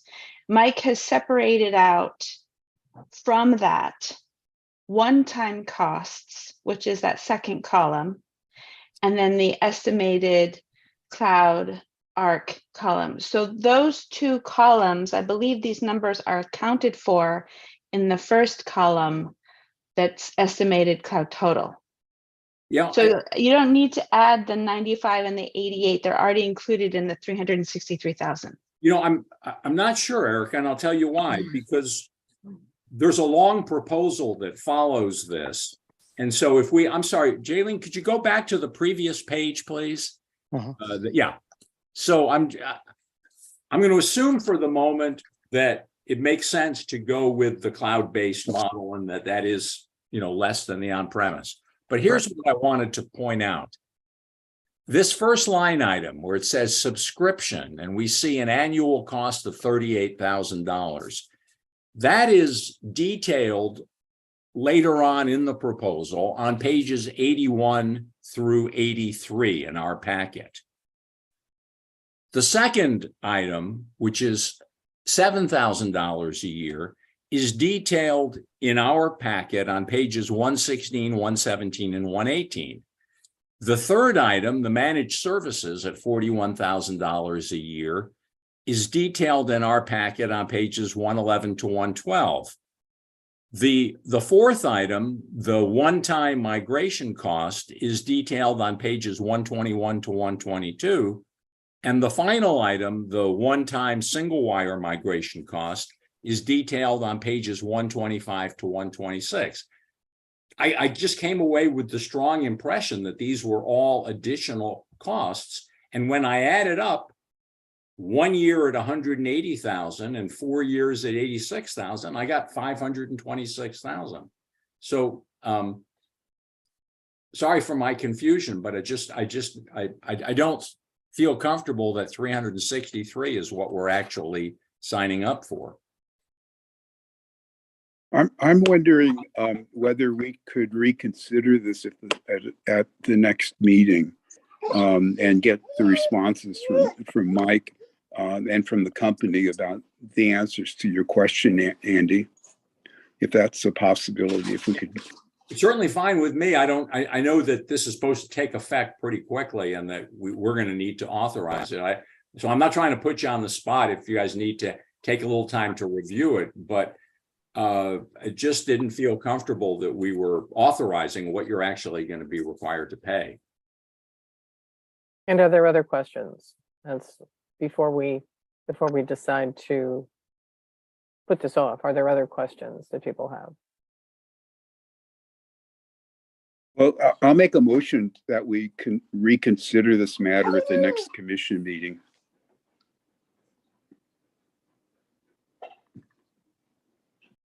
Mike, is there any problem with removing this and moving it to the next commission meeting? Will that cause any issues with implementation? No, our servers, we have a backup strategy while we're doing this. And if this is the course we can maintain. Okay. And does it make sense to pause, Erica, Mike? It does, yeah. Yes. All right. I'm Then waiting I'll for a se- second. Then I'll Okay. second the motion. Okay, thanks, Barbara. Any public comment before we vote? All right, we're going to vote to postpone this until next month. Commissioner Cahill, Yes. Commissioner Elkind, Yes, please. Commissioner Engbarth, Yes. Commissioner Heavenridge, Yes. Commissioner Hauser, Yes. Commissioner Lagos, Yes. Commissioner McKenzie, Yes. Commissioner Parker. Yes. I'll make it unanimous. Okay. Thank you. All right. Our next item is the side letter agreement between the county and SEIU. And it's a clarification of 8.3.2. And Erica, I think you have explained this clearly, so at least to me. So would you mind walking through? Sure. Essentially, the item basically states that, we negotiated this with the union and we signed that, agreement in April. And we did not implement it because the union and staff wanted clarification on how it was going to be rolled out. So we've basically been meeting and conferring with the union since then and exchanging a variety of different proposals. Essentially, we have this two-tiered system where all people who use speaking get $1 per hour on their base pay, and the second tier is for special assignment. And we basically, in the original MOU, it said that it would only be for hours worked doing the assignment.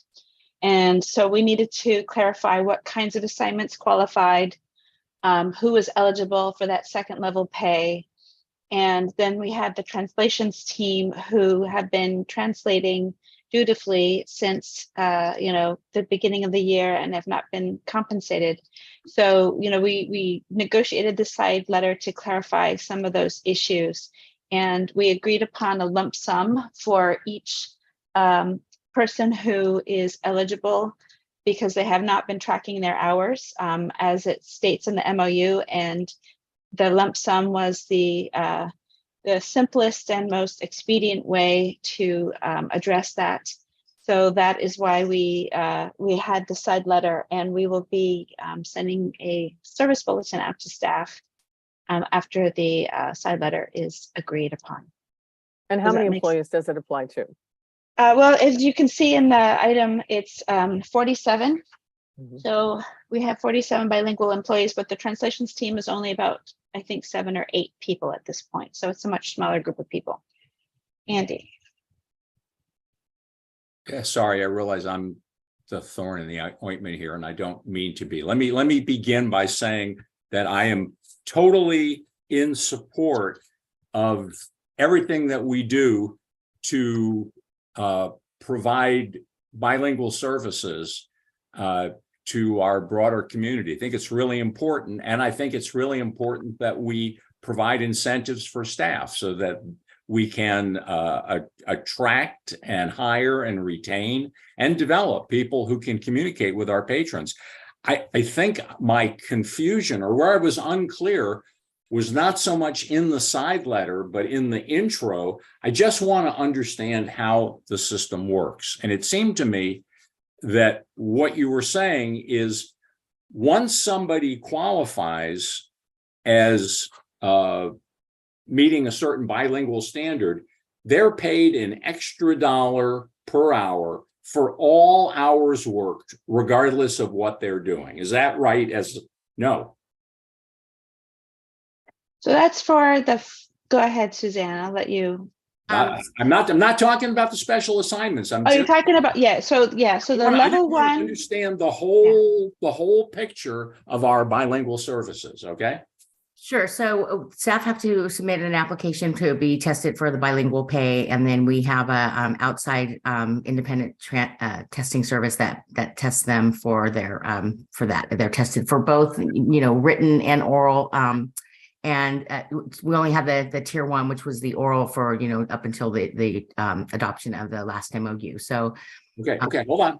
So anybody who meets the tier 1 requirement, they are now compensated at an extra $1 an hour for all hours worked. Is that right? that's correct. But let me just clarify that wasn't always the case. I think it was not until the previous MOU did that occur, because it was the library valued. So it's only been for one MOU that was the case. But yes, since that adoption of that MOU, that has been the case, because we value them for their services. Why would we only value them at work? It was a long story. Okay, okay. Now in addition to that, we now have a level 2 certification for some higher level tasks which have been enumerated.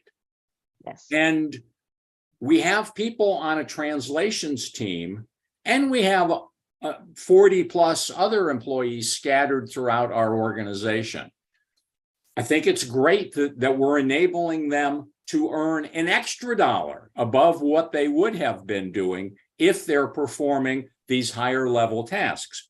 But it looked like to me what this was saying, and I'm just not familiar with the translations team and how they work, but it sounds like the translations team isn't always doing things that qualify for this level 2 pay. It's only when they do certain things that they qualify. Is that right?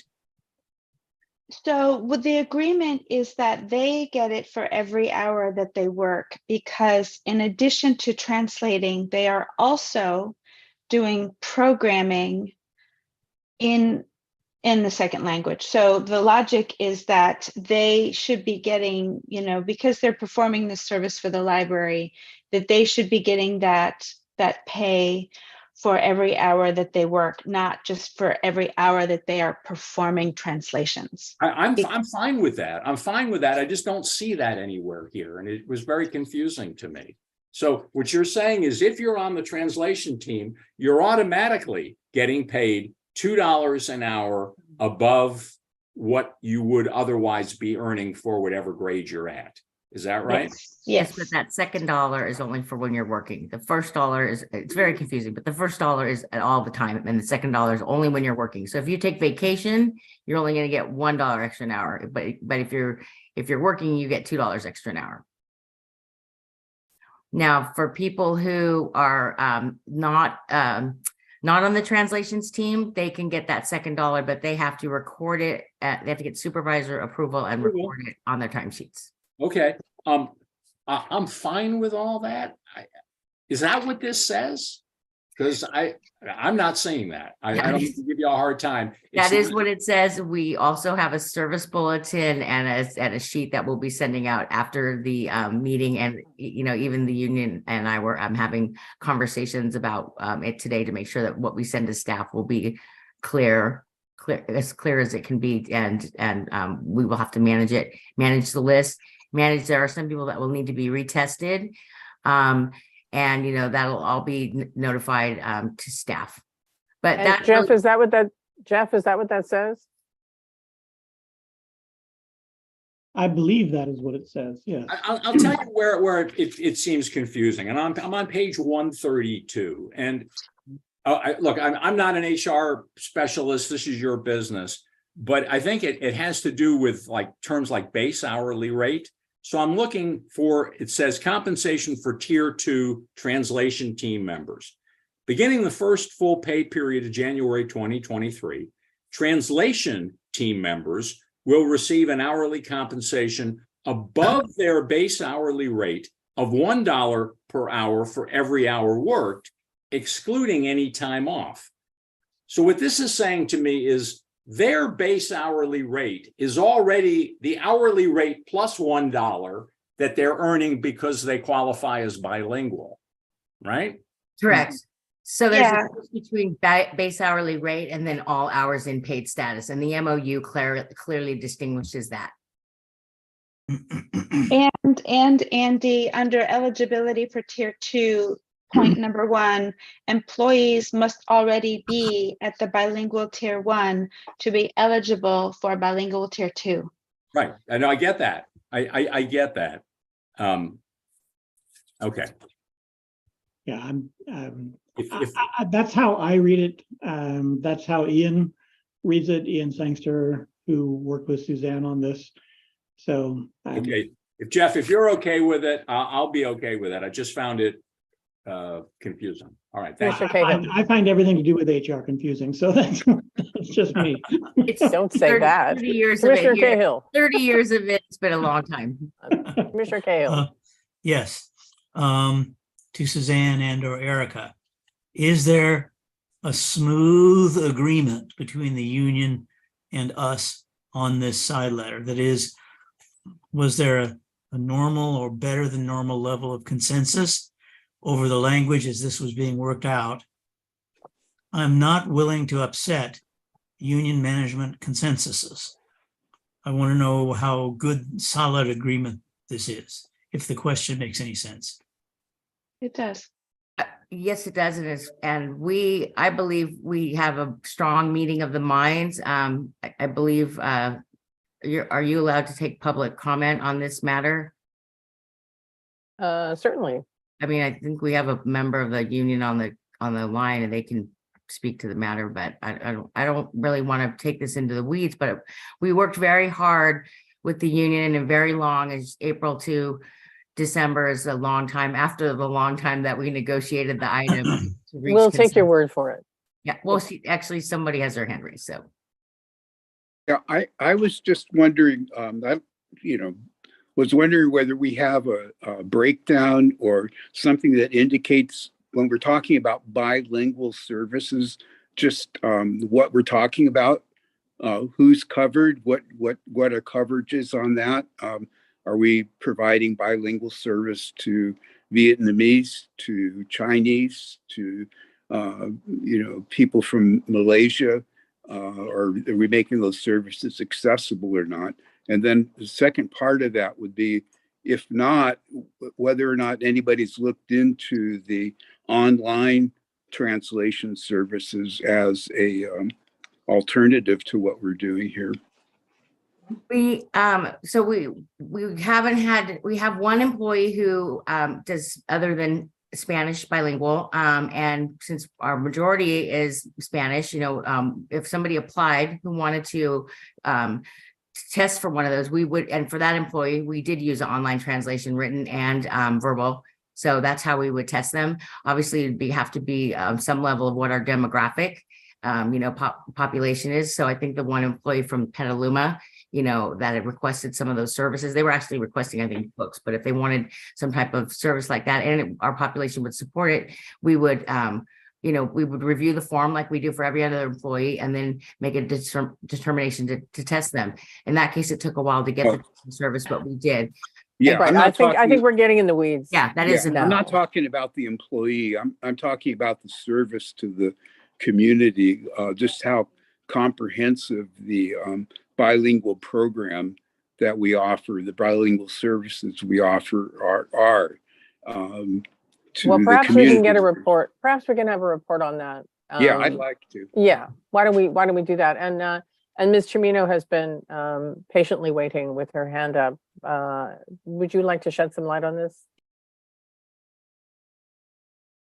Sure, I would be glad to shed some light. So this was, we began negotiating this in April when the commission adopted the new MOU, because the language was left without parameters, instructions. And so we've been working together.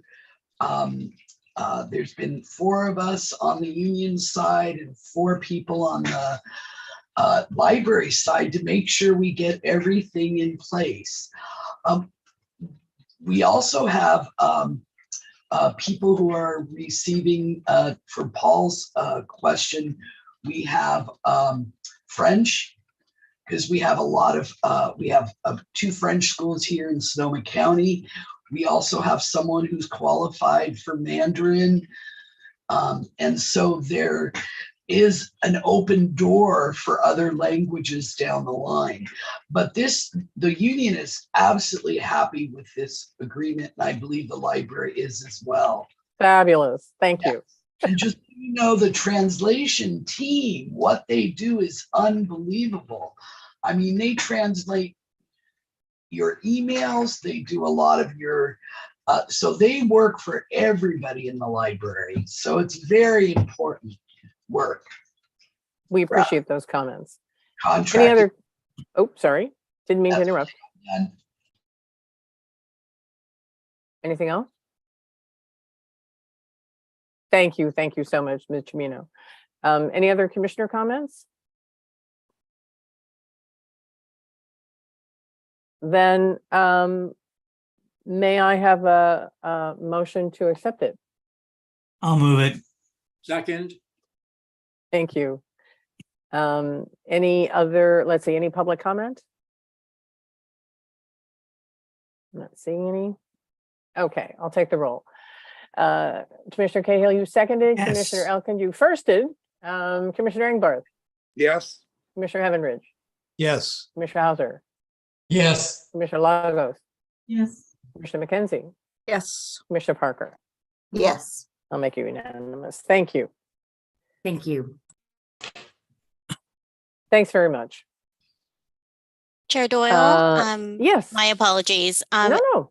I believe I heard Commissioner Cahill first and Commissioner Elkind second. Is that correct? That's correct. Okay, perfect. Thank you. You're welcome. Thank you so much for shepherding us through. We have one more action item by motion, 11.2. That's the amendment number 1 to architectural services contract for the Healdsburg Regional Library Refresh Project. Is this going to be Mike or Dave? Mike. Yeah, it will be Mike. Mike. Sorry about that. No. I've been going through those numbers for the last 5 minutes. I apologize. I thank you all for your deep consideration of all the items we bring forward. For this item, I am speaking for Dave, or at least trying to fill his shoes as he's on a well-deserved vacation over the new year. So before us, we have an amendment to the contract with Nolan Tam, the architects, for the Healdsburg Refresh Project. The amendment is due to when we met with staff and the architects, we wanted to take the advantage to expand the project to encompass the gender neutral bathrooms, which was a large chunk of the addition, as well as making sure to do the children's and the, thank you, Andy, and the teen rooms appropriately. Due to the changes in the scope of the project, Nolan Tam's contract and work had expanded, thus bringing us back to this meeting for the expansion of a not to exceed amount for their services. So in that not to exceed, with this amendment, the not to exceed amount for the project will be $363,000, $363,340. Are there any questions this evening? Barbara. Yes, thank you. I notice on page 1 of 3 of the Nolan Tam letter, it's page 152. The project description talks about an estimated client construction budget of 2.4 million. I would like to note that for something I'm going to request later, and I would also like to ask if that's a change as well. The architect's fees are changing. Is the project construction budget changing? The project construction budget did go up so that we can encompass the bathroom within the construction. We did expand it to encompass that, yes. Do you know how much that was, the increase? The bathrooms by themselves were roughly $340,000. Okay, So thank you for that. And then I'm going to address this later. Thank you. Thank you. Any other questions? Chair Doyle, we have Commissioner Parker. Commissioner Parker. Hi, thanks, Mike, for representing this for Dave in his well-deserved vacation. I see that much of the work is complying with the facilities master plan, but it's particularly the bathrooms and the kitchenette. Does that fall into some of the ADA requirements that came up in our other reviews? Yes, whenever we do any of the projects moving forward, the ADA considerations will be taken into account as we move forward. So working on the entrance of the library, the slope and the doors themselves, making sure that's all in compliant, and that's also taken into account when we do the bathrooms. I also did want to mention that Dave, who is I think a few hours ahead of us right now, is listening in on the call, and he texted me to tell me that the original budget for the project was 1.8 million. Thanks for your answer. Thank you. Anybody else? Thanks very much for stepping in. Then do I have a motion? I'll move. Second. Okay, that's Andy and David. Any public comment? All right, seeing none, I'm going to call the roll. Commissioner Cahill is a yes. Commissioner Elkind is a yes. Commissioner Engbarth. Yes. Commissioner Heavenridge. Yes. Commissioner Hauser. Yes. Commissioner Lagos. Yes. Commissioner McKenzie. Yes. Commissioner Parker. Yes. And I'll make it unanimous. Great, thanks very much. Thank you. And thanks for the work, really. Thanks for stepping in for Dave. Go enjoy your vacation. And that brings us to a discussion. The Commissioner McKenzie, I believe, brought up wanting to discuss the process for agendizing items. And so they are mentioned in our bylaws, which are attached. Commissioner McKenzie, would you like to start?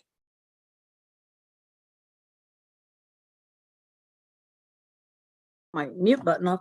Yes, my question was that I had requested that we agendize certain items and then I wouldn't see them agendized. And I was wondering what the process was and what it took. And then I was reminded by someone that we had passed a policy measure at some point in time that it took two commissioners to get something actually agendized.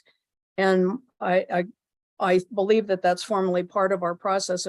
You can read it in this attachment, but we don't ever ask for it. So if we are going to require two commissioners to agree that something needs to be agendized, I don't have any problem with that, but then we need to have that part of our process. So if somebody says something, then as chair, you would ask for, is there a second for that? So our items either get on the agenda or, they keep from, not being addressed.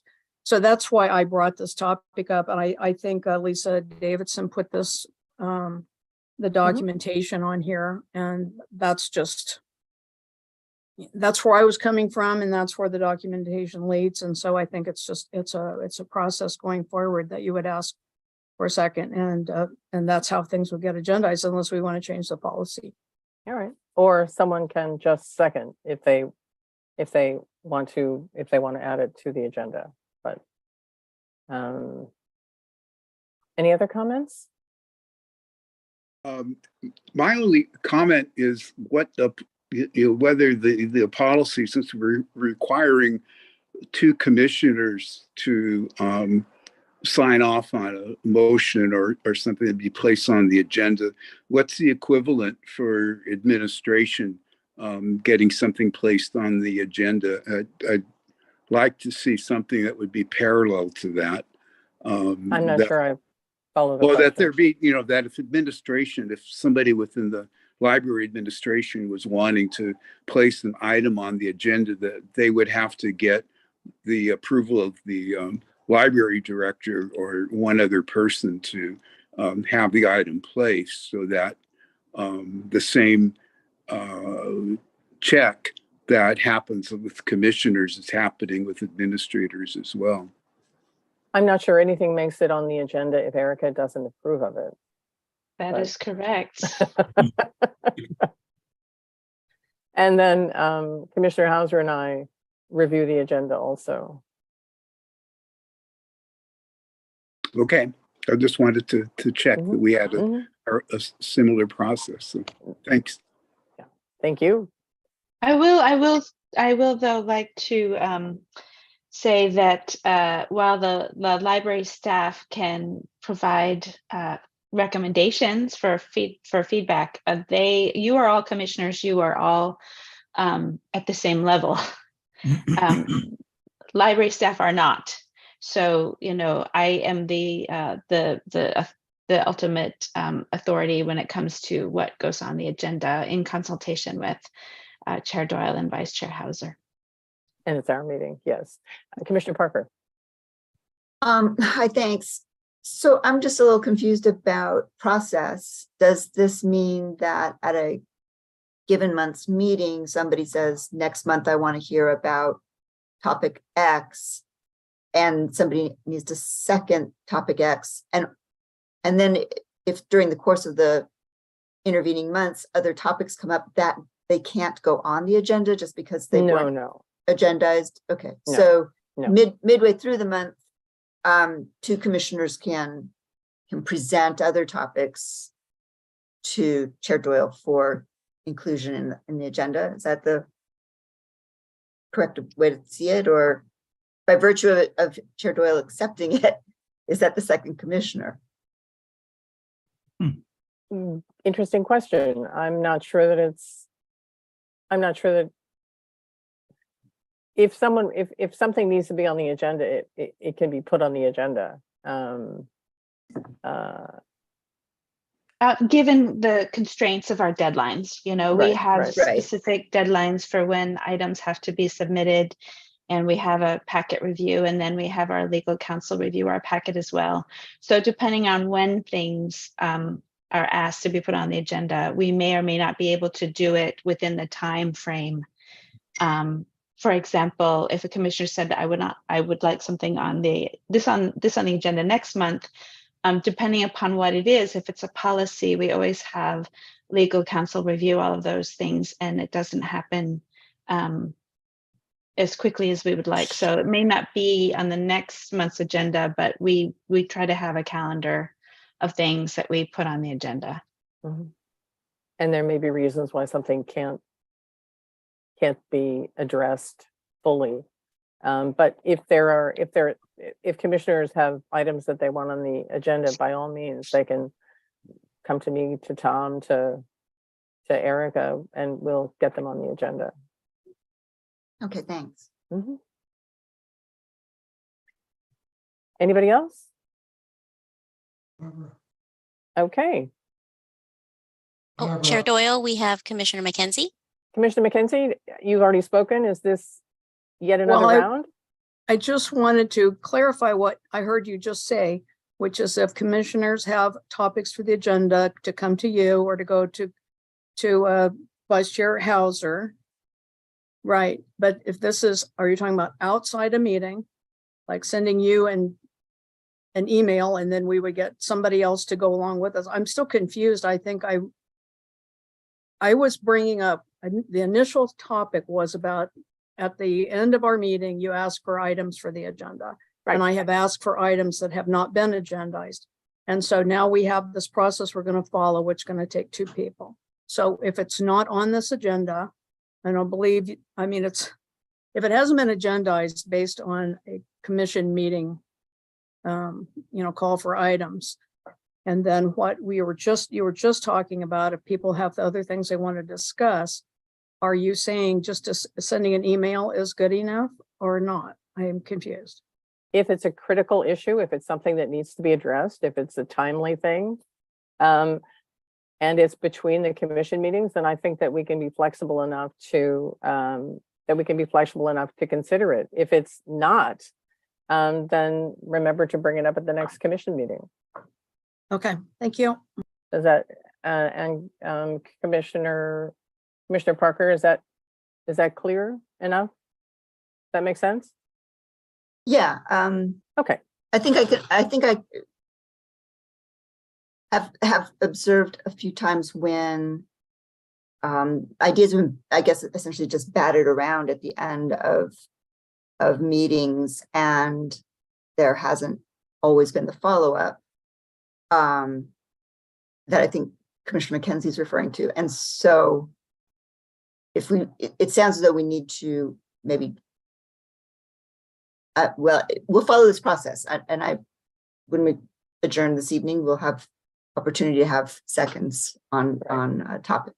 And having had this conversation, I think Lisa and I will be very careful to look at our minutes and to look at our notes and to make sure that things that are talked about are either on the agenda or there's a reason why they're not on the agenda, and that can be discussed as well. Terrific, thank you. Mm-hmm. Okay. Any public comment on that? Okay, thanks. All right, we are going to go into a closed session. And we will be, this is Government Code 54957 and Government Code 54957.6. And we will see you on the flip side. Commissioner McKenzie, you have your hand up. What happened to 12.2? Oh, I'm so sorry.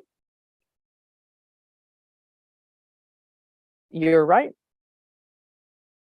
Uh-oh. Sorry, you disappeared, my computer. Thank you for bringing that to my attention. Internal posting policy for branches.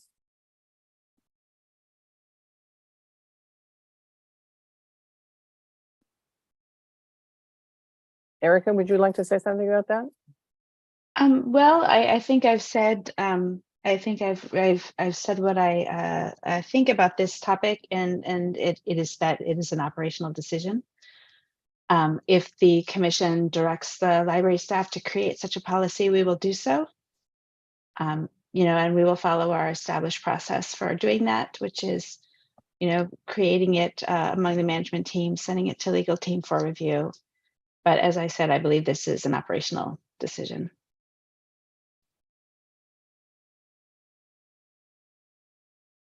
Chair Doyle, we have Commissioner Elkind. Commissioner Elkind. Yeah, just a quick question, Erica. I basically agree with you on that. I'm just wondering, when you say it's an operational decision, in practice, does that mean that the branch manager decides, or the branch manager and the public service director, or the branch manager and the public service director and you? How is it? What's the decision-making process? It's usually the branch managers. We give them a latitude to make, discretionary decisions for their branches based upon their understanding of their community and their community needs. They do very frequent displays, monthly displays on a variety of different subjects. And we don't really have too much oversight over those decisions. For the most part, we hire professionals and we allow them to do their jobs. When it comes to, we had that external policy that was for patrons. That is something that is, that it's a public facing document. So that's something that we would, have a policy for, and many libraries do.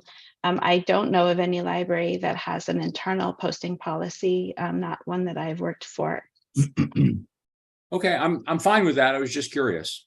Mm-hmm. Yeah, thanks. I don't have any issue with it. Thanks. I think one of the questions is if something seems to be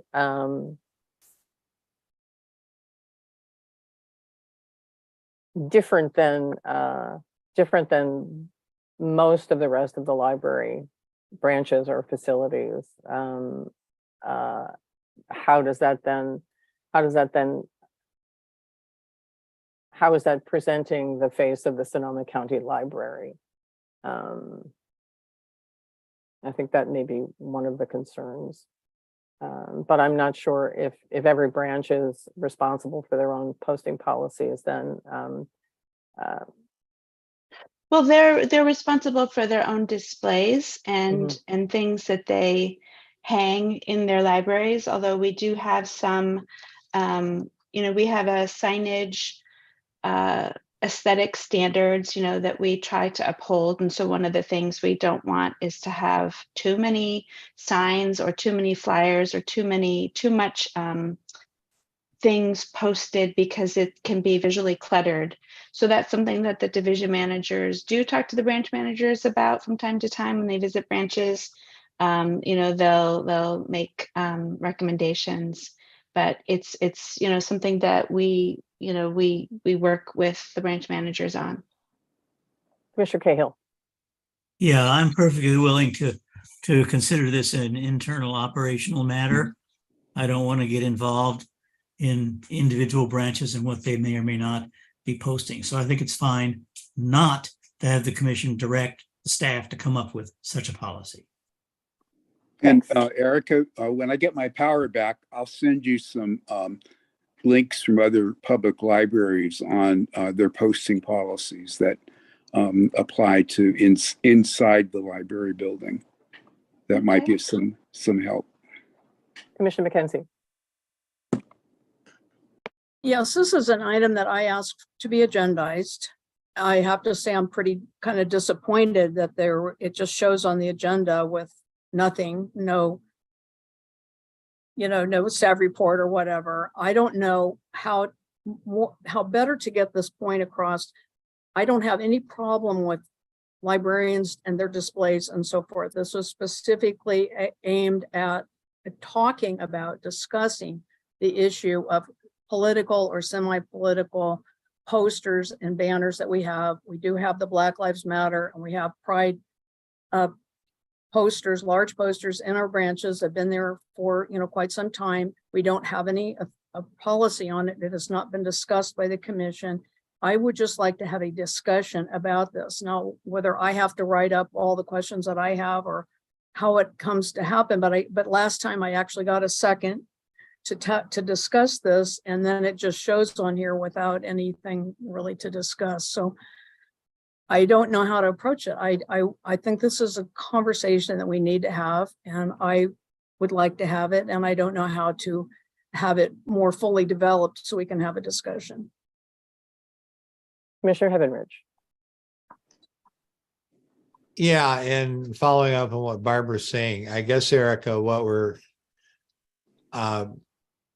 what a concern could be for the commission is, it sounds to me there is no policy. It's left up to the individual managers, and in which case for the public, I've always been in all the libraries I've been involved with, the policy has been that we're neutral, and that things like Martin Luther King Day or even Black Lives Matter was that was either a holiday or something that was happening that was of social significance. And other libraries I've worked with, they had a concern of being neutral. So that meant if somebody came in and wanted to post something that was hate-filled, or something that was something that our library wouldn't, in general, the public wouldn't agree to, what's to keep them from doing that if we have no policy? If we allow this, why not that? So that, I think that was our concern, and that was, I think, Barbara's concern too, about having a discussion of what's our policy for the library. We're not saying no, the commission is not going to cherry pick what can be happening or what can't be happening. That's not the idea here. It's what is our policy, so when something comes up and the community, which can get upset, gets upset about it, we say, well, this is our policy and that's why this happened.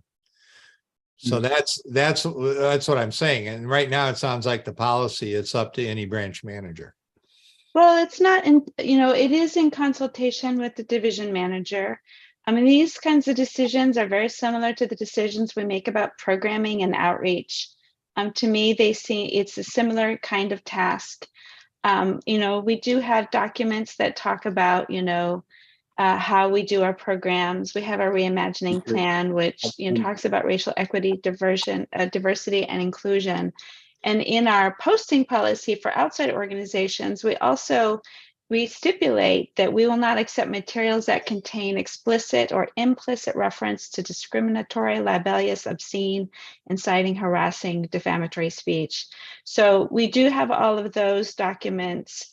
And when patrons complain about library displays, we refer them to our statement of inclusivity, and that's where we refer them to, which is the statement that you all approved in February of 2022. And I think you're right, Paul. I think that what Erica is saying is that each branch does get to decide what it's putting up for its own community. And the notion that libraries are neutral is up for debate, actually. I mean, I think a lot of library staff members and a lot of library supporters think that that because libraries can reach out and provide information to people who they've never seen books about themselves. They've never been welcome in some might say a civic institution always, and that libraries now are really trying to make an effort to emphasize diversity and equity and inclusion. And it's a very robust topic of conversation in the library world. I just afraid in this environment nowadays that this is kind of a slippery slope. That's all. And I see red flags ahead if we don't have a real, some kind of real policy. I mean, our diversity statement is a good one, and that's what we are. That's what a library is. It's the last bastion of democracy, I feel. And but then we can't pick and choose too, unless we have some kind of some barriers. So anyway, I think it's a good discussion. I thank you, Barbara, for bringing it up, and I think we need to continue to talk about this. Yeah, Commissioner Lagos.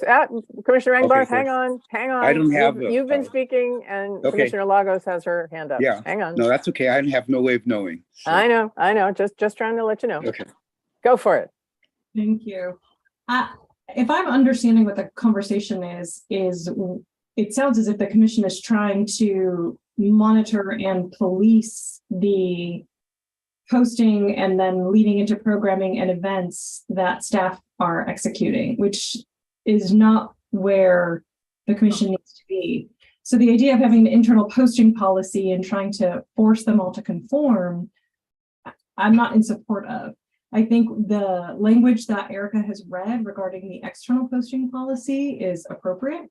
I think the library staff are following the mission of the library as well as the incredible DEIA statement that was developed.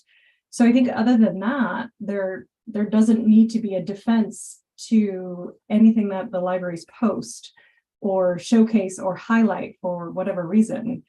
If it makes people uncomfortable, that's okay. They can be uncomfortable, and we can take those complaints and those criticisms and acknowledge that, but not need to point to a policy that says, well, we police these things on behalf of the community. So I'm not sure that this is an appropriate place for the commission to be.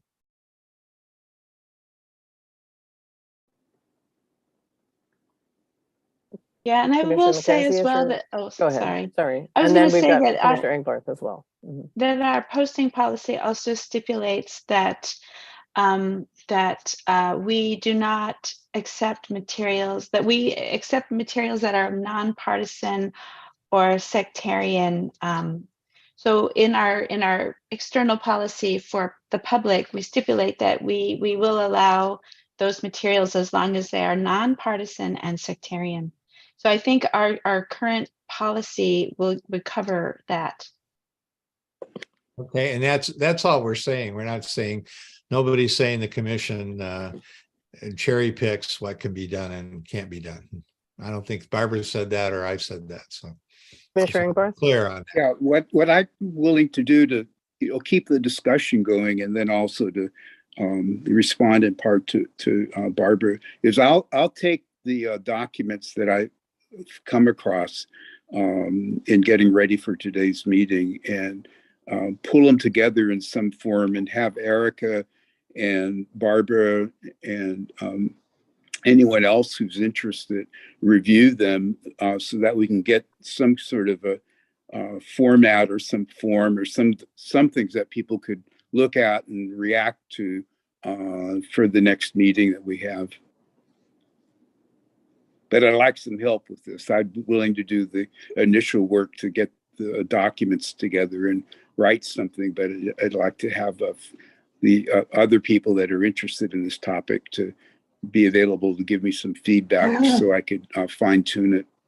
Well, I've been asked to create a policy committee, and so I think that would be the place for that. Well, I appreciate your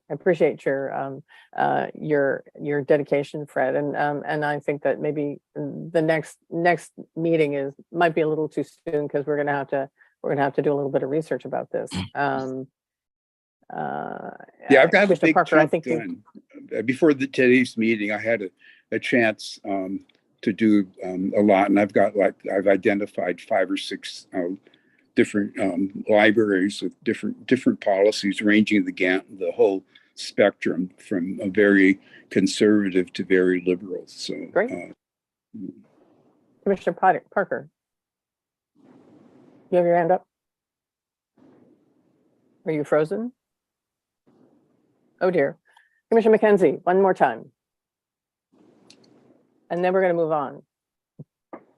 Well, okay, but I just want to make it crystal clear. I am not talking about programming. I'm not talking about librarians programming for Martin Luther King Day or anything like that. I'm talking about a very different kind of thing of what we hang in our lobbies and in our libraries. And I would like to, I'm going to ask for this later on, but I mean, I think this whole discussion of neutrality, we talk around it, but we've never had a conversation about it. As a commission, we are the policy setters for the library, and it is appropriate policy discussion. So thank you. And this is certainly a topic that we can revisit.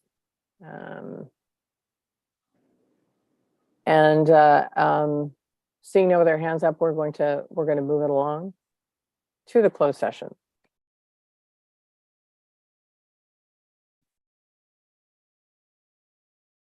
And I believe I've quoted the government codes, but again, 54957 and 54957.6.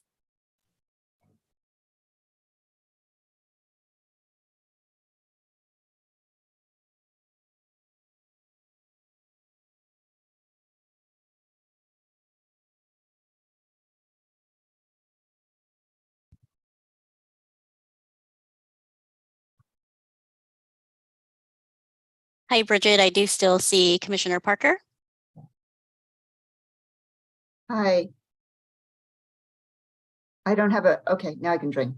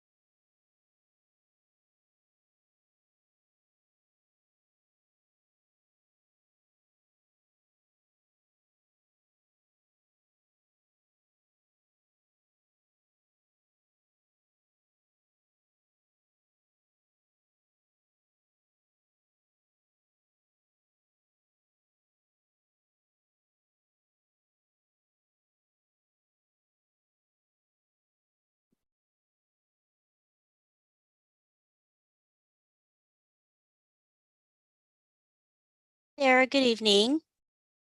Oh, and they are gone.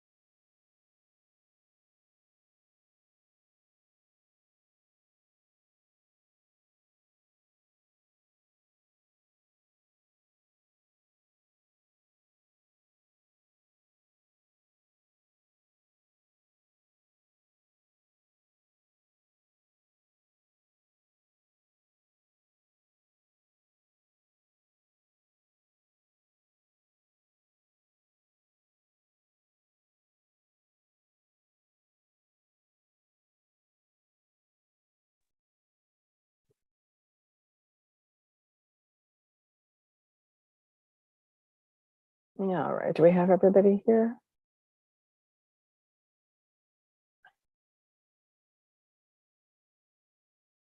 Thanks, everybody, for your patience. There was no action taken in the closed session, rather. Sorry. Which brings us down to item 15, agenda items for future commission meetings. And I'm sure we all have notes, but we talked about adding a disaster plan discussion. It doesn't have to be next meeting. We talked about digital resources. I think our policy conversation is probably going to continue. Commissioner McKenzie, you have your hand up. I do. I had two items. You had mentioned creating a policy committee, and I know that there's been, just because the delays and appointments to the two commission, chair seats have been taken up time. But if you're going to appoint a policy committee pretty quickly, I'm happy to punt my particular item to them if this happens fairly quickly, and that would be the issue of library neutrality that we talked about tonight. I'm going to reframe it from internal posting to library neutrality. I'd like to have that discussion. And the second item is I'd like a report on our facilities refreshes. As evidenced tonight, we got the contract and did the okay for the increase in the cost of the architect, but we didn't, the increase in the cost of the project itself doesn't come to us. So I would like a report, because a lot of this stuff seems to me we get little bits and pieces. I'd like to have an overall report about which of our facilities have been refreshed, what was done, how much they cost, what's next, who's in line. There was a reference to the master facilities plan. I think we're kind of using the old one, and then we are about to start the new one. So I'd like us, we've never really acted on anything in a consolidated way about our facilities. And I'd like to see this report so we can discuss it and have a better understanding of the overall facilities and the plans and how much, what's been done to each library and how much it's cost. Erica, when do you think that you would be able to do something like that? Well, we were planning on having this as part of our 5-year budget projection. So, this would be April. This would be a little bit more complete than the money going forward. I'd like to see an overall, what's been done, starting with Cloverdale and, all the branches that have been done, how much they cost, and, what kind of improvements have been made in each one. Since we approved the facilities master plan? Or in the last 5 years? Well, it sounds to me like what Barbara's asking for, and Barbara checked me on this, is just an idea of what the plan is for implementing the facilities plan and the ADA plan, and how we're progressing on that, if and what we're planning on doing in the future. So is that what you're asking for? I didn't hear that. Okay. Commissioner McKenzie, you're on mute. Okay, that's going to be part of, as Erica said, moving forward, and when we talk about our surplus or our unfunded liabilities are undesignated fund balances. But what I would like to see is just a facilities report. Starting at first one I know of was Cloverdale, was refreshed. What was done, how much it cost, who paid for it. Then I know we had Northwest and so forth, just in order. And I think that Dave Tacheva has kept track of all that stuff. But to me, what I want is some sort of nexus between this facilities master plan that we have in front of us and the enormous costs that are involved, and what we're currently doing and are doing to the libraries, right now. So it's just not all consolidated in one place. And again, just seeing like tonight, this large increase in the cost of the project in Healdsburg, which I don't have any problem with. I want all of our libraries to look fabulous, but it doesn't seem to be anything we actually act on. And so I'm just not sure that we, I just like to have it all before us in a nice spreadsheet and know what we've done for each facility. Thank you. Anybody else? Yeah. I first of all want to second both of Barbara's requests, but then also I'd like to submit for consideration by the commission a policy that would be an addition or change to the bylaws that would talk about first readings of motions and second readings of motions. I think today's an example. Having a gap between the time that the staff is expecting us to implement or approve a proposal at the first meeting or the first presentation, I think causes or issues that could be avoided if we had a first reading where the discussions were open, more free-ranging. We were able to everybody could express their points of view, questions they might have. Then they can get back from staff a amended document that would be the motion that we would, at the second reading, vote to approve. So I'd like to draft something up and have that discussed. I'll second that for discussion. Okay, anybody else? I'd like to come back to the issue of the headquarters building lease and where we stand with that facility, whether there's something going to change. Erica, are you in delicate position as far as that's concerned, or is it something that you can that you can talk about in a commission meeting? Well, we can, so that was also one of the items that we were going to be including in our 5-year budget projection. So we don't have any, there's no change at this time. We are still leasing the current building and probably will need to do so for, we will need to extend the lease. Whether or not we do that, for a year, 2 years, 3 years, that is up for debate. And it's really, based upon the commission's, their recommendations. So the plan is that Myrna and I will do this 5-year budget projection, and we will bring a set of recommendations to you with that possibility as part of that. Mm-hmm.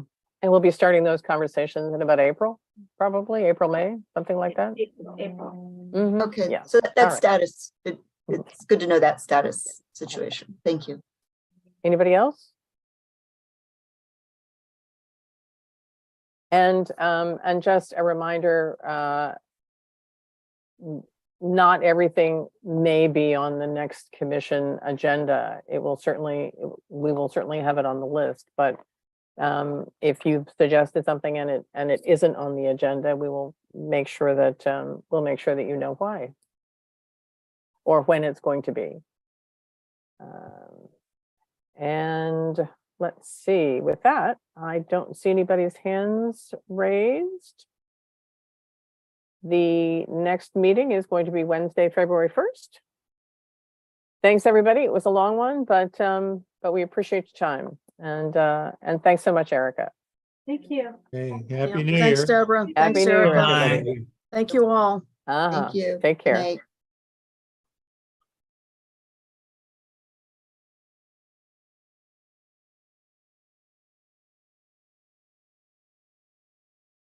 Thanks, Jaylene.